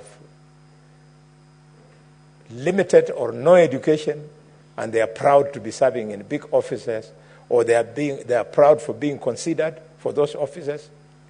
I ask, if you are a passenger in an aeroplane, Madam Speaker, and somebody told you that the pilot in the cockpit is illiterate, and currently you are airborne, what would you feel?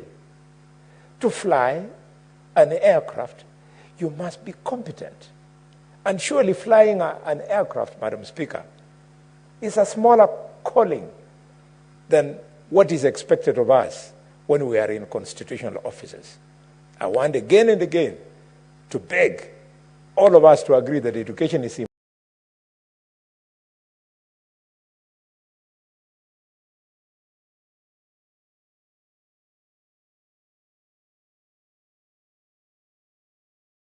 important, and it should be applied equally as a standard. Madam Speaker, B, it says the chairperson should meet the requirements of Chapter 6 of the Constitution. Again, we should stop allowing the provisions of this chapter in our Constitution, subjecting it to just lip service. It cannot be lip serviced. People must be subjected to Chapter 6 if we want to fight corruption in this country. Madam Speaker, when we televise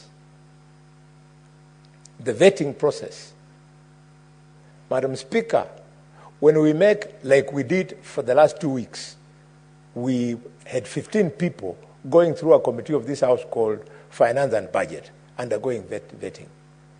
And we vetted them painstakingly. So the same people now, when they go into office, they find that the people who are vetting them are less competent than them. Madam Speaker, we should respect Chapter 6. In the same clause, they are saying that the chairperson should have a distinguished career in their respective fields. Fine. When you just say distinguished career, without specifying how long you have been in that career, you are making it open-ended, and you are also creating an opportunity whereby people start thinking the distinguished career, the longer it is, the more attractive. We have young people from the university, for example, and I have some such young people in my family, my own children. With 2 years, 3 years of experience, they are perfect professionals. I look at my children and I say, anybody denying these young people from serving the country because they do not have those many years of experience is actually denying qualified Kenyans an opportunity to serve us even better.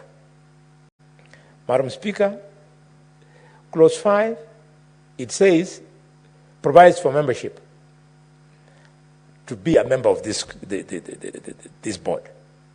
They tell us that a member in B should have knowledge and experience of at least 10 years in matters relating to the board functions.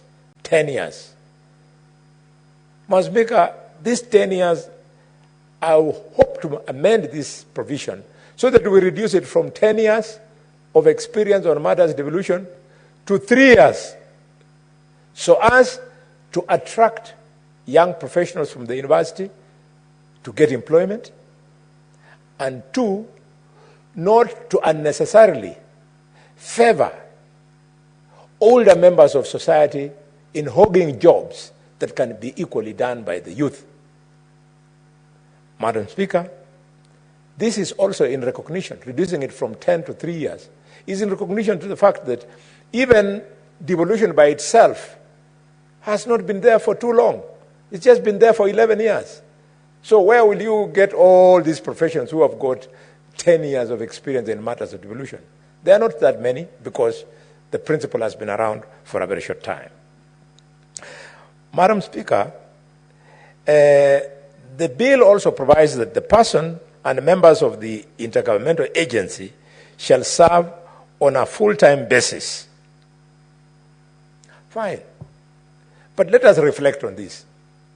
Before we legislate that an agency like this one serves on a full-time basis, let us dissect the functions and ask ourselves, can these functions be done on a quarterly basis, so that, or a half-yearly basis, or whatever basis other than full-time, so that we save the government the high cost of running government? You know the experience we have today, the Salaries and Remuneration Commission.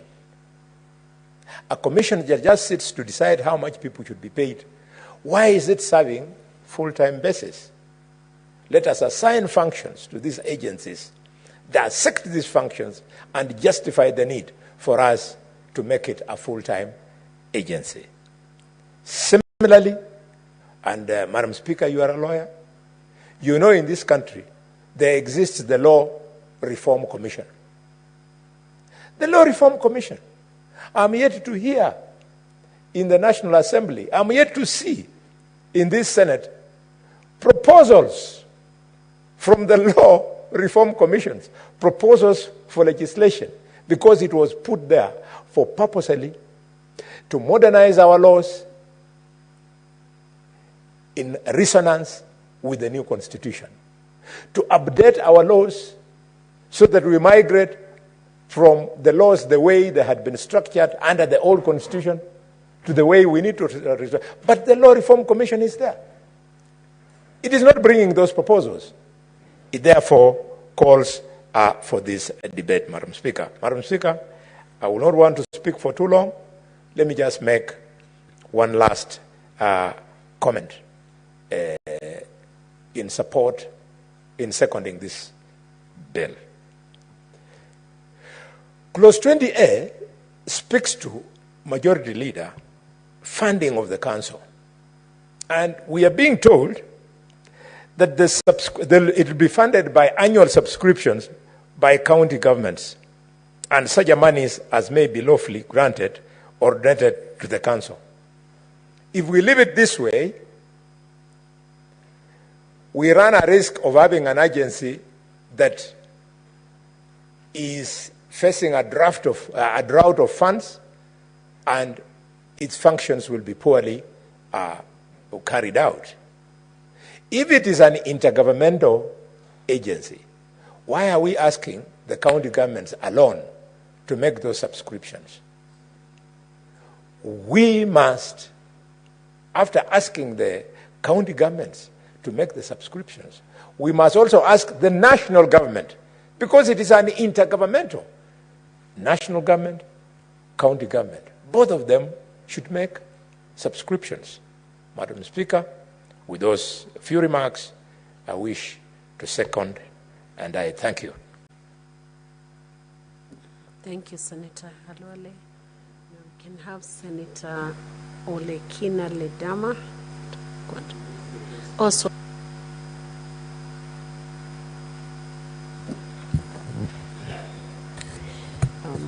Honorable Senators, I propose the question that the Intergovernmental Relations Amendment Bill, Senate Bills number 12 of 2024, be now read a second time. And I will call upon the senators to make their contributions now. Senator Olekina Ledama. Thank you, Madam Speaker. Madam Speaker, I wish the Majority Leader was here when I'm making my submissions. Let me begin by supporting this bill. I think this is a very, very important bill.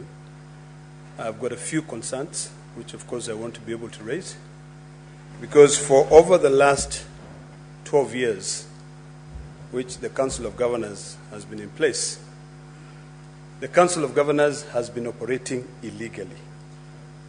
Illegally because if you look at the current statute, which is now currently being amended, it sets the Intergovernmental Relations Agency as the Secretariat of the Council of Governors. I have a big problem with setting up this Council of Governors in statute if it does not respect the existing Act. I'm concerned, Madam Speaker, that in these new amendments which are being proposed by the ML, a Council of Governors is being established and the funding for it is being sought from the shareable revenue. We sit in this House to be able to divide money between county governments, and when that money goes to the county governments, the Assembly considers the budget for the executive, and then now we are now introducing another monster in the room, whereby the Assembly will be sitting down there and saying in their own budget they'll be setting some money aside to subscribe to this new Council of Governors or this Council of Assemblies Forum. Yet also the executive in its budget will be setting aside money, which is shareable revenue, money which is supposed to go to counties to support them to set up a club of men and women to go and sit down and chat.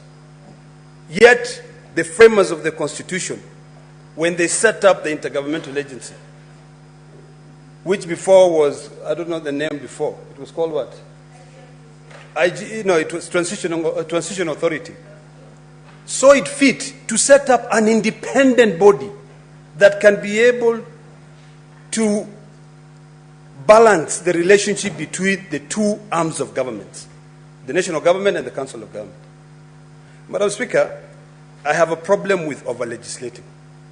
And I have a problem with now saying, because these guys, the Council of Governors, have been operating illegally, let us now then put them in statute, and then we now go and get money which is supposed to go and help build hospitals, build schools, fund our children to go to school in scholarships and bursaries. Let us now give them the leeway to be able to go and decide this is how much money we are going to send to employ a CEO to be able to run this council, to employ a secretariat. I have a problem with that, Madam Speaker. Madam Speaker, the neater way is to be able to ensure that the current statute as it is continues when it comes to the issue of the Secretariat of the Council of Governors. How do you tell us that you're going to set up a secretariat for us and then we are going to fund it and then we are going to be accountable for it? There's a problem here, Madam Speaker. Madam Speaker, on this issue of the establishment of the County Assemblies Forum,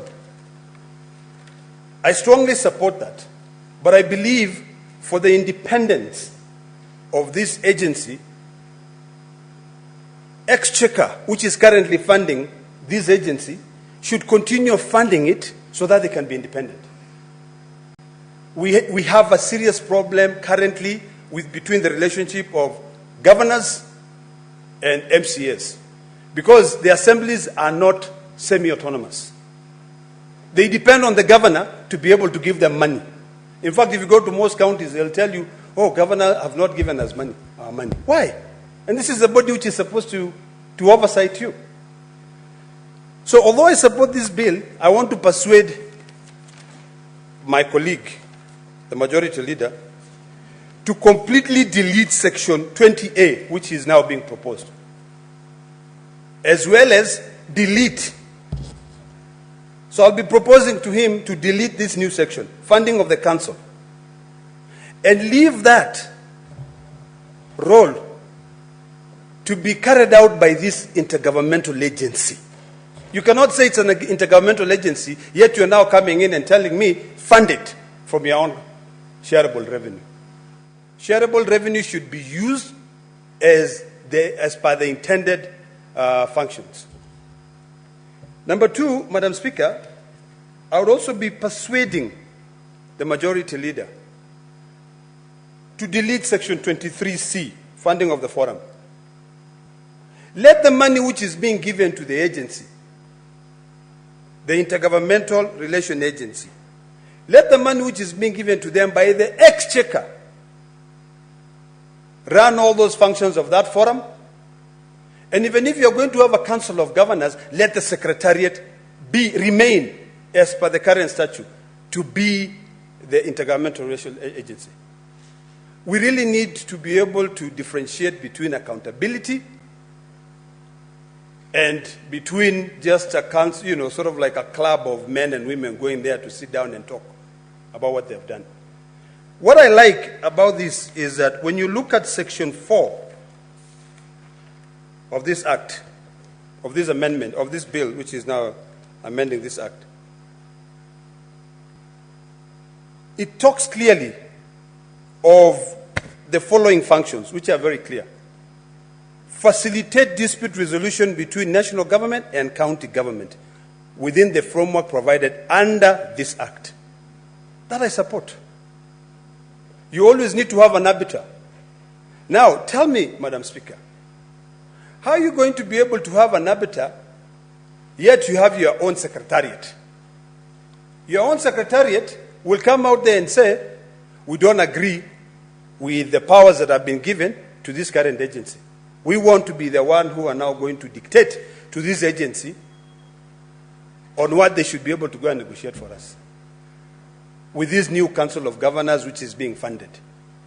I think this is wrong, and I hope that my colleagues who will speak after me on this matter will agree with me that Section 20A is really unnecessary.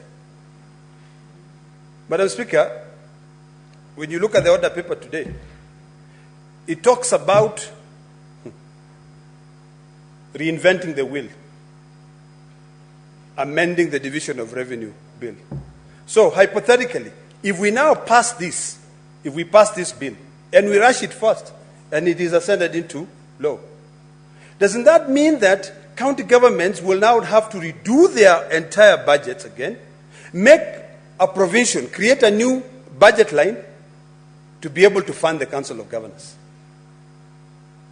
Senator Kajwang will tell you that for the last 10 years, we've been agonizing on the legality of county government funding the Council of Governors. So since they have been operating in an illegal framework all throughout, the best thing to do is to have a complete independent body. We talk about corruption here every day. We talk about county governments being corrupt. I see that you've given this new council powers. Receive and transmit. No, it says, I think I've seen somewhere where it says summon anyone to be able to appear before it. Let us do away with unnecessary creation of secretariats. We're just creating jobs for people. And even when those jobs have been established, you'll find that they only go to certain parts of this country, as if we are just visitors in this country. You know? So, Madam Speaker, although I support these amendments, I too will be bringing amendments, and I hope that my colleagues will agree with me that we need to stop this wastage. I want to summarize by saying the following. Number one, we do not need a secretariat of the Council of Governors. The secretariat of the Intergovernmental Agency, which is currently by statute the secretariat of the Council of Governors, should remain as so. We just need to be able to make it very clear so that people know. Number two, we do not need to divert money which is meant for our people. The shareable revenue, the one we are crying every day to increase, to be money which now these guys are now going to be paying a subscription. And what actually convinces me that what I'm saying should be what this Senate should adopt is the fact that when you look at that Section 20A being introduced, it says as follows: 20A1B, such monies as may be lawfully granted or donated to the council. It doesn't say who is going to donate. One county government might say, we have so much money, we are now going to donate to the council, because the other county government is poor. It also says this council shall determine by annually the amount to be paid by county government as subscription. Madam Speaker, that is wrong. So I want to persuade my colleagues, and I hope that you pay attention to what I'm saying. Let us do away with this new provision which is being introduced. It is not necessary. It is expensive. People are talking about austerity measures. There is nothing which will be able to convince me that we practice what we preach if we reduce the expenses. Because the moment you set up that Council of Governors Secretariat and you put it under statute, it means that one day these county governors will just sit, and depending on the powers of the CEO of that secretariat, county governments might be told to donate 100 million every year so that they can have big events where it's just talk shops and you cannot actually find something very tangible. So, Madam Speaker, I support, of course, with amendments to the amendments. Thank you, Madam Speaker. Thank you. Senator Tobiko Pesi Paris.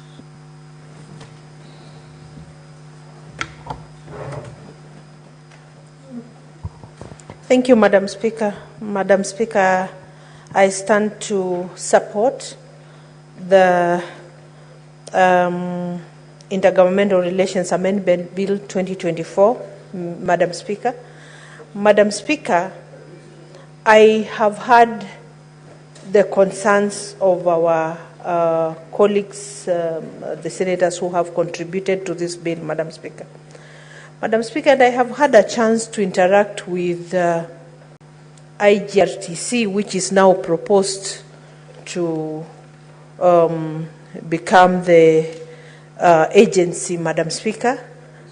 And Madam Speaker, we have also had a chance to listen to the COG and to the County Assemblies Forum, Madam Speaker. Madam Speaker, I'm personally convinced on the necessity of these various bodies, Madam Speaker. Madam Speaker, the agency has been operating as the secretariat of the summit. It has also, Madam Speaker, been the one facilitating and coordinating the sectoral forums, Madam Speaker, of the county governments, Madam Speaker, and the national government, Madam Speaker. And Madam Speaker, it has also been coordinating meetings of IBEC. And so, Madam Speaker, because the intergovernmental agency or IGRTC was a successor of the Transitional Authority, and this house knows very well that there are so many functions and accompanying resources that should be devolved, that have not yet been devolved or moved from the national government to the county governments, Madam Speaker. And there must be this body to continue pushing, to continue persuading, to continue lobbying, the national government to let go the functions that are devolved, Madam Speaker. The functions according to Schedule 4, Madam Speaker, which should then be devolved to county governments. We know there have been a struggle. The Transitional Authority tried the much it could, but its time expired before it completed this work. The IGRTC came in, Madam Speaker, and has done its bit, but still there is so much that needs to be done. Madam Speaker, we have realized that the national government would just not let go functions or resources if they are not, pushed, sometimes almost coerced to let go devolved functions, Madam Speaker. I know ideally, it should be as smooth as possible. Ideally, national government should let go because, devolved units are creation of the constitution of this republic, Madam Speaker. But the reality is that they are not letting go. The reality is that there must be a body that will continue to push and to ensure that this is done, Madam Speaker. And sometimes, national government has let go of functions without resources, almost, in a way that they would want to see the devolved units fail, Madam Speaker. And so the agency exists of necessity and should be empowered by law, should be enabled by law with the necessary resources, Madam Speaker. And as far as the Council of Governors is concerned, Madam Speaker, it has created a forum of standardization Madam Speaker, amongst our counties, Madam Speaker, so that counties can be able to compare notes, Madam Speaker, can be able to assist each other, Madam Speaker. Because even as these units were created, it was never meant, Madam Speaker, that, they are so independent, that they are so autonomous of each other, that they can't learn from each other, Madam Speaker. The successes of Kakamega today would be good if Kajiado can get a chance to learn from Kakamega. Madam Speaker, it is the COG that has been able to identify. Madam Speaker, do I stop and give them a chance to continue speaking? Honorable Senators, just continue with the debate. They will consult in low tones. Low tones. Thank you. Thank you, Madam Speaker.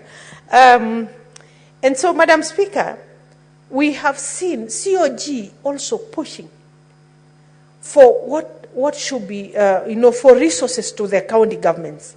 Unity is strength. When they operate together, they get the energy, they get the courage, they get the stamina to be able to push further. Because seemingly, in this country, things are not just done normally. If things were just done normally, that you will let go when you're told this belongs to Senator Mungatana, you will let go what belongs to Senator Mungatana. But if you must be pushed to release what belongs to Senator Mungatana, then there will be a body or someone to push you to let go, Madam Speaker. And so, Madam Speaker, the COG also exists of necessity and has helped the counties. Madam Speaker, has challenged, has become a forum for counties to challenge each other, Madam Speaker, to perform better, to pull their socks, Madam Speaker. They have addressed situations like the Meru situation, Madam Speaker, even trying to go to see what is it that is ailing this county, Madam Speaker. And so, Madam Speaker, I think these bodies do exist of necessity and must be enabled by law, Madam Speaker, so that they do not exist, in vacuum, and they do not exist outside the law, Madam Speaker. And this law is meant, Madam Speaker, to facilitate that. The County Assembly's Forum, Madam Speaker, has also given voice to the county assemblies, Madam Speaker. Madam Speaker, the Speakers Forum, the County Assemblies Forum, the Society of Clerks, Madam Speaker, are bodies like all the other professional bodies we see in this country, of accountants, of engineers that have operated, Madam Speaker, to ensure that standards are there, Madam Speaker, that ethics are there, Madam Speaker. And the same thing is what these bodies are doing, Madam Speaker, in the devolved arena, Madam Speaker. And so, Madam Speaker, I do support what has been proposed, that we anchor these bodies in law, that, Madam Speaker, we continue pushing for devolution, we continue protecting devolution, and these bodies are not just there, as Senator Ledama would want us to believe, that, it's just some club of men and women who are meeting, just for the sake of, Madam Speaker. They are meeting to make devolution work, Madam Speaker. And I think it is important that we support, Madam Speaker. And so, Madam Speaker, I support the creation of the agency and the facilitation of the agency. I support, the support of the Council of Governors from the exchequer, Madam Speaker. Actually, counties should not be struggling to pay even a subscription fee. Counties should not be struggling to try and anchor the COG somewhere, Madam Speaker, and to look like they are stealing money from from the executive, the county executives, or from devolved functions to be able to support the COG. The COG is an important body, and so it should actually be financed from the exchequer, Madam Speaker. So is the County Assemblies Forum, Madam Speaker. Madam Speaker, we need these bodies in order to have harmony, to have standardizations, to have, a basis for devolution to work, Madam Speaker. Thank you, Madam Speaker. Thank you, Senator Perry. Senator Moses Kajwang. Madam Speaker, I rise to support the bill that has been sponsored by the leader of majority. And, Madam Speaker, in the last parliament, I had the privilege of serving as the chair of the devolution committee. And these matters came before my chair. And indeed, we brought in a legislative proposal before this House, but it was too close to the elections. I think it was about a month or two to the elections. At that point in time, the Intergovernmental Relations Technical Committee, which we want to rename as the Intergovernmental Relations Agency, had wanted to be a commission. And we thought that that was a bit self-serving, a bit selfish, because they argued that they should be established like a constitutional commission, like the other Article 250 commissions, constitutional commissions, and that sounded rather ambitious. Madam Speaker, I want to speak to the spirit of this bill rather than to the letter of the bill, as my senior senator for Kakamega has done. He has spoken elaborately to the letter.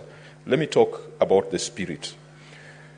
Intergovernmental relations is a constitutional provision, and if you look at Articles 185, 186, 187 going onwards, it requires that the two levels of government must have formal mechanisms for consultation and for working together.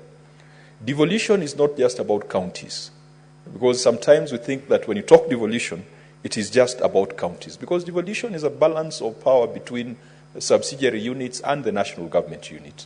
So when you're talking about devolution, you can't talk about counties at the expense of the national government. And that is the reason why there was need to have this coordinating mechanism, which was given effect by the Intergovernmental Relations Act. In the last parliament, I looked at the Intergovernmental Relations Act, and I think that it's an act of parliament that needs further amendments beyond what we are doing today. I will give you an example of the unprecedented transfer of functions that happened in Nairobi City County. The transfer of functions ideally should be guided by Article 187 or thereabouts and given further effect in the Intergovernmental Relations Act. We realized that there were a lot of gaps in the Intergovernmental Relations Act, and that is why the Nairobi Metropolitan Service was not able to be scrutinized properly. That is why the Nairobi City County Assembly was not able to provide oversight and to be involved in allocation of budgets to the Nairobi Metropolitan Service in the manner that the Constitution expects of devolved services. And so I want to encourage the Devolution Committee to look at the legacy report that we left and bring further amendments to this Act to give greater effect on transfer of functions. But I want to congratulate the Leader of Majority because he has picked another element in that Act that has been a bit hazy. The Intergovernmental Relations Technical Committee, Madam Speaker, was supposed to be the secretariat to the summit, and it was also supposed to be the secretariat to the Council of Governors. But because the governors were better organized, and I think that the inaugural chair, the inaugural chief executive officer of the Council of Governors was a lady. She's now a justice, she's now a judge, and she did a great job in establishing the Council of Governors to an extent where the Council of Governors was almost in competition with the Senate. I do recall, Madam Speaker, in the 11th, 12th Parliament, the chairs of the Council of Governors would make pronouncements which many a times would be at variance with the Senate. And yet the Senate is a constitutional institution that is supposed to represent and defend the interests of counties and their governments. It got so bad, Madam Speaker, that even the chairs of the Council of Governors were unwilling to subject themselves to scrutiny at the Senate. When Senator Halwale was the chair of the Public Accounts Committee, the then governor of Kakamega, who I believed was the chair of the Council of Governors, refused to appear before the Senate. The then governor for Bomet, who at some point served as the chair of the Council of Governors, Governor Isaac RUTO, refused to come to the Senate. And they used public resources to take the Senate to court. Even as we provide a framework, legal recognition for the Council of Governors, I want the committee that will be scrutinizing this bill to put the question to the Council of Governors that out of their legal expenditure, what percentage has been litigation against the Senate? It forms the bulk of the legal expenses of the Council of Governors. Madam Speaker, it is so ridiculous that at some point, governors were required by the Council of Governors to make a contribution for them to file a case against a report that was adopted by this House. I was the chair who tabled that report in this House. It was called the Fiduciary Risks Report. In the Fiduciary Risks Report, we summarized the cross-cutting audit issues that the Auditor General has raised over the years. Because, the Auditor General generates a lot of reports, but many of them can be summarized into probably 20 issues. So we brought the first Fiduciary Risk Report to this House, and amongst the recommendations that were adopted by the House was that all contributions that were made to the Council of Governors was nugatory, was illegal, and therefore the CEOs should be surcharged for that contribution. What did the Council of Governors do? They set up a fund to take the Senate to court. I am glad that along the way, they found that it was a futile move, and then they stopped that pursuit, even though they didn't refund the counties the money that had been put in that fund. The Senate cannot be struggling to go into mediation, to propose 400 billion, to consider whether we should reduce allocations to county governments or not, only for the county governments to use the resources coming from the Senate for litigation.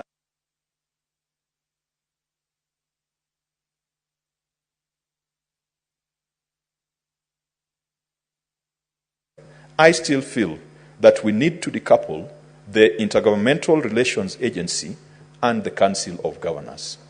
Ideally, the powerful institution ought to have been the Intergovernmental Relations Agency.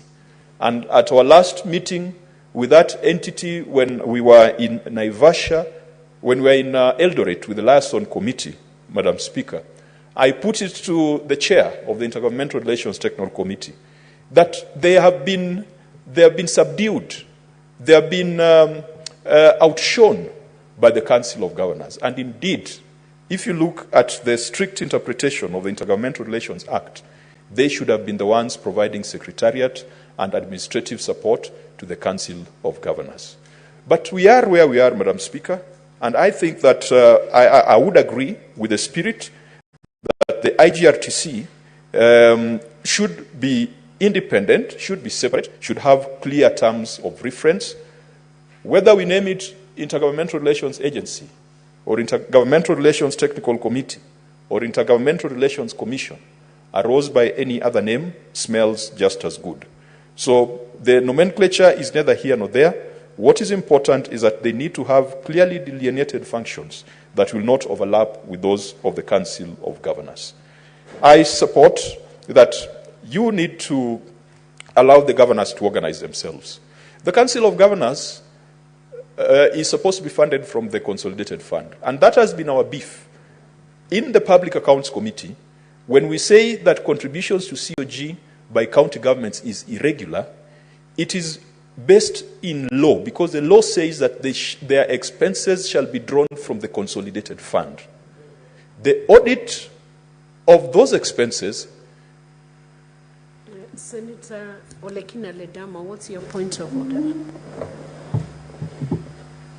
Madam Speaker, I hate to interrupt my good brother, the distinguished senator from Homa Bay, but I followed his submissions, and I just wanted clarity on a couple of issues. Issue number one, the distinguished senator said that the first CEO of the Council of Governors, who is now a justice in the Court of Appeal, was quite smart and did a very good job and outsmarted the Intergovernmental Relationship Agency by setting up the Council of Governors Secretariat. Is the senator in order, knowing clearly that Section 12 of the Act, Section 13, I believe, or 12 of the Act, specifically sets this council, this intergovernmental agency, as a secretariat of the Council of Governors? Is it saying that to commit an illegality is right? It's just an issue of statement of facts. Issue number 2, that I just want some clarity from the distinguished senator. Before you proceed, which standing order are you relying on? 105, statement of facts. Okay, proceed. Because you see, everything we say here, Madam Speaker, remains in record. I have a big problem with the existing of the Council of Governors illegally. And I just want to get some clarity from my good friend Senator Kajwang, who was the chairperson of the Committee on Devolution in the last Parliament. And I served with him also in the County Public Accounts Committee. And we agonized on the legality of the Council of... I'm on a point of order. Okay? No, you can't. I'm on a point of order. Senator Boni Halwale, he's on a point of order. He has to finish. I have to finish. Let him finish. Madam Speaker. Proceed, Senator Ledama. The Chief Whip is an old dog. He's been in this house for quite some time. Senator Ledama, so he knows that when there is a point is of order, unparliamentary language. Withdraw and retract. No, it's actually a good word to use. Seriously. It's not a bad word. I agree. He's the one who uses it every day. It doesn't mean that he's whatever. I just mean, so let me just finish my thought. I just want some clarification so that I know whether that illegality can be considered as outsmarting the Secretariat in being able to set up the Council of Governors Secretariat and outsmarting the agency. We are now terming it as an agency, intergovernmental relationship. Oh, God. Senator Boni, wait until the Honourable Senator finishes his point of order. Madam Speaker, I'm wondering whether my good friend is now losing his memory. He's just been told that I'm on a point of order, just to be patient. So really, if I can just finish what I was seeking clarification, because I'm seeking clarification from the distinguished senator from Homa Bay. And I want to know whether that illegality equates to being smart and how we are going to deal with it. Thank you, Madam Speaker. Senator Kajwang, please proceed and throw more light and clarify the issue you've been asked. Senator Boni, what's your point of clarification? Madam Speaker, this is a house of rules. Because he was on a point of order, I was constrained. I wanted to challenge him on a point of order. So the clarification I would like you to make, is it right for a member to hide in a standing order so as to debate a point when he has already been given an opportunity to debate, Madam Speaker? Madam Speaker, he's out of order. I might be an old dog, which is a good thing, because the old dog knows all the rules.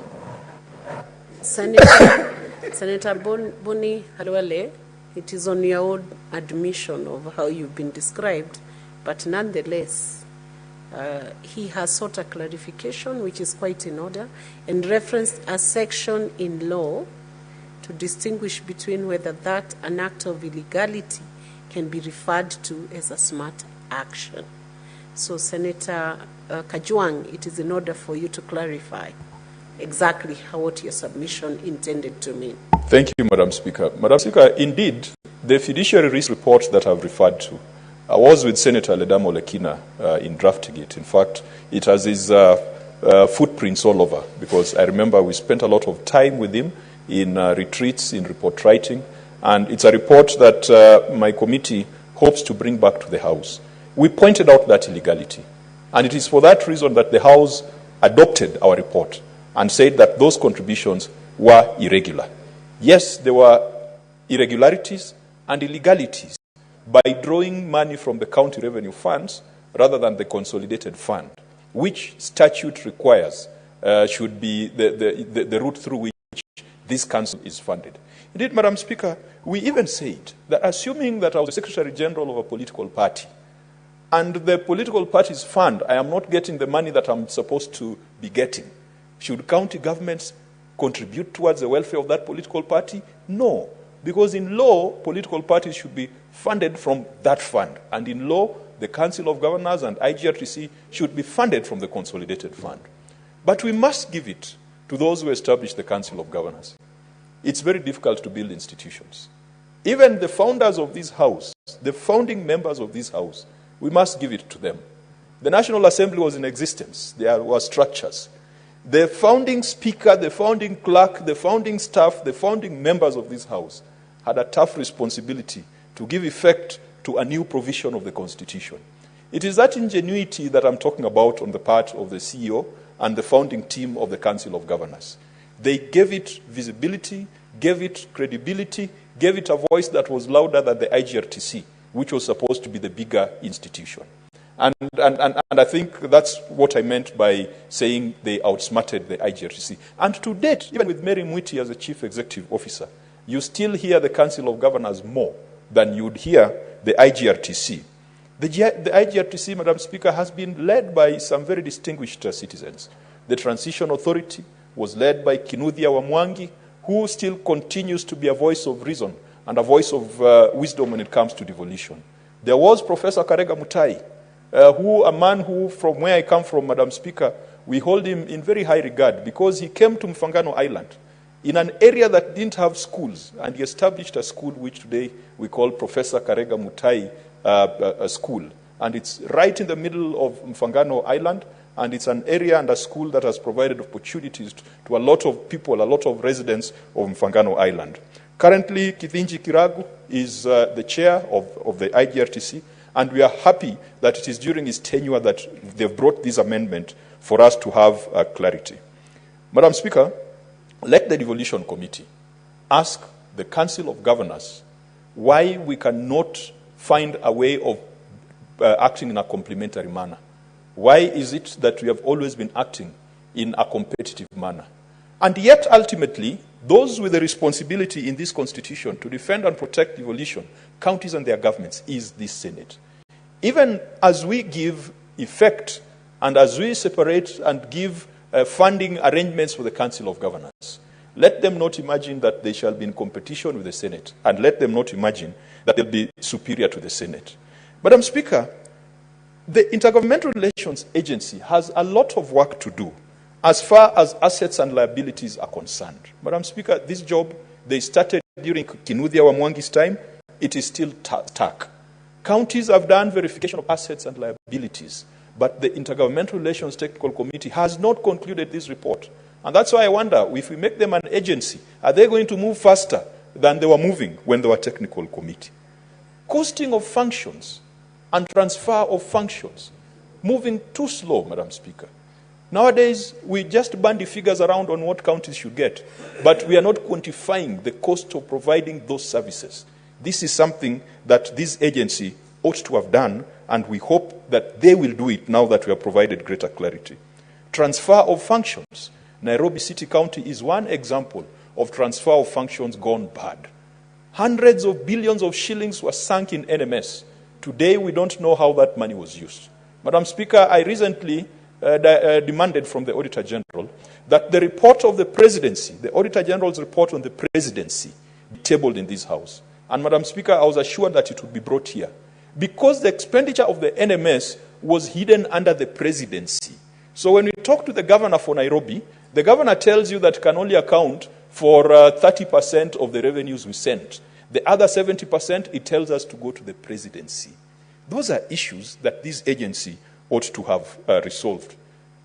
Dispute resolution, Madam Speaker. We are getting the third impeachment motion coming to this House without anticipating the matter.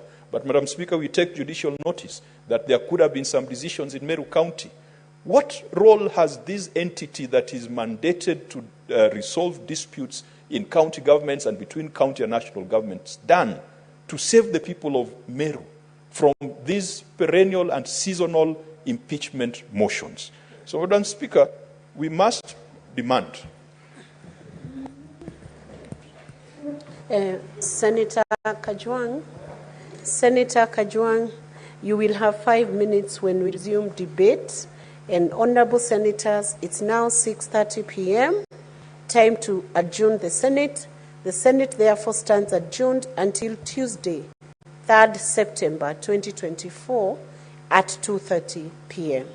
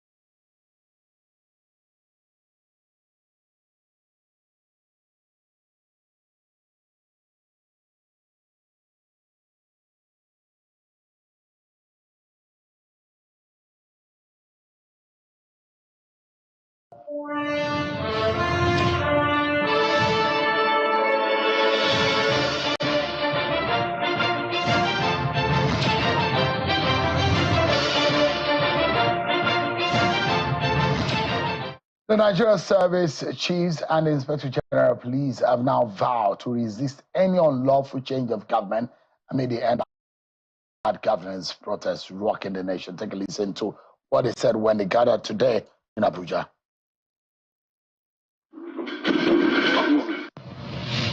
None of us here is happy to hear any Nigerians injured for whatever reason.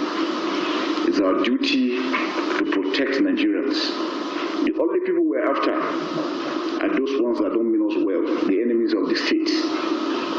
And anyone who makes himself an enemy of the state then will be ready to face the law.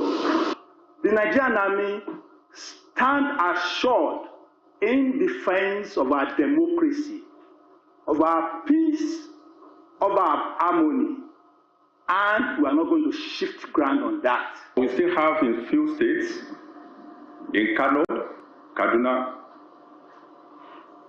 Katsina, and Bauchi state, group of people who started campaign, subversive campaign, waving flags of other countries and openly calling for military takeover of government. This is not a protest, but an offense of treason. All right, you heard them. They spoke today in reaction to some of the things that we saw. Today, Mr. Femi Falano, a senior lawyer, said there is no place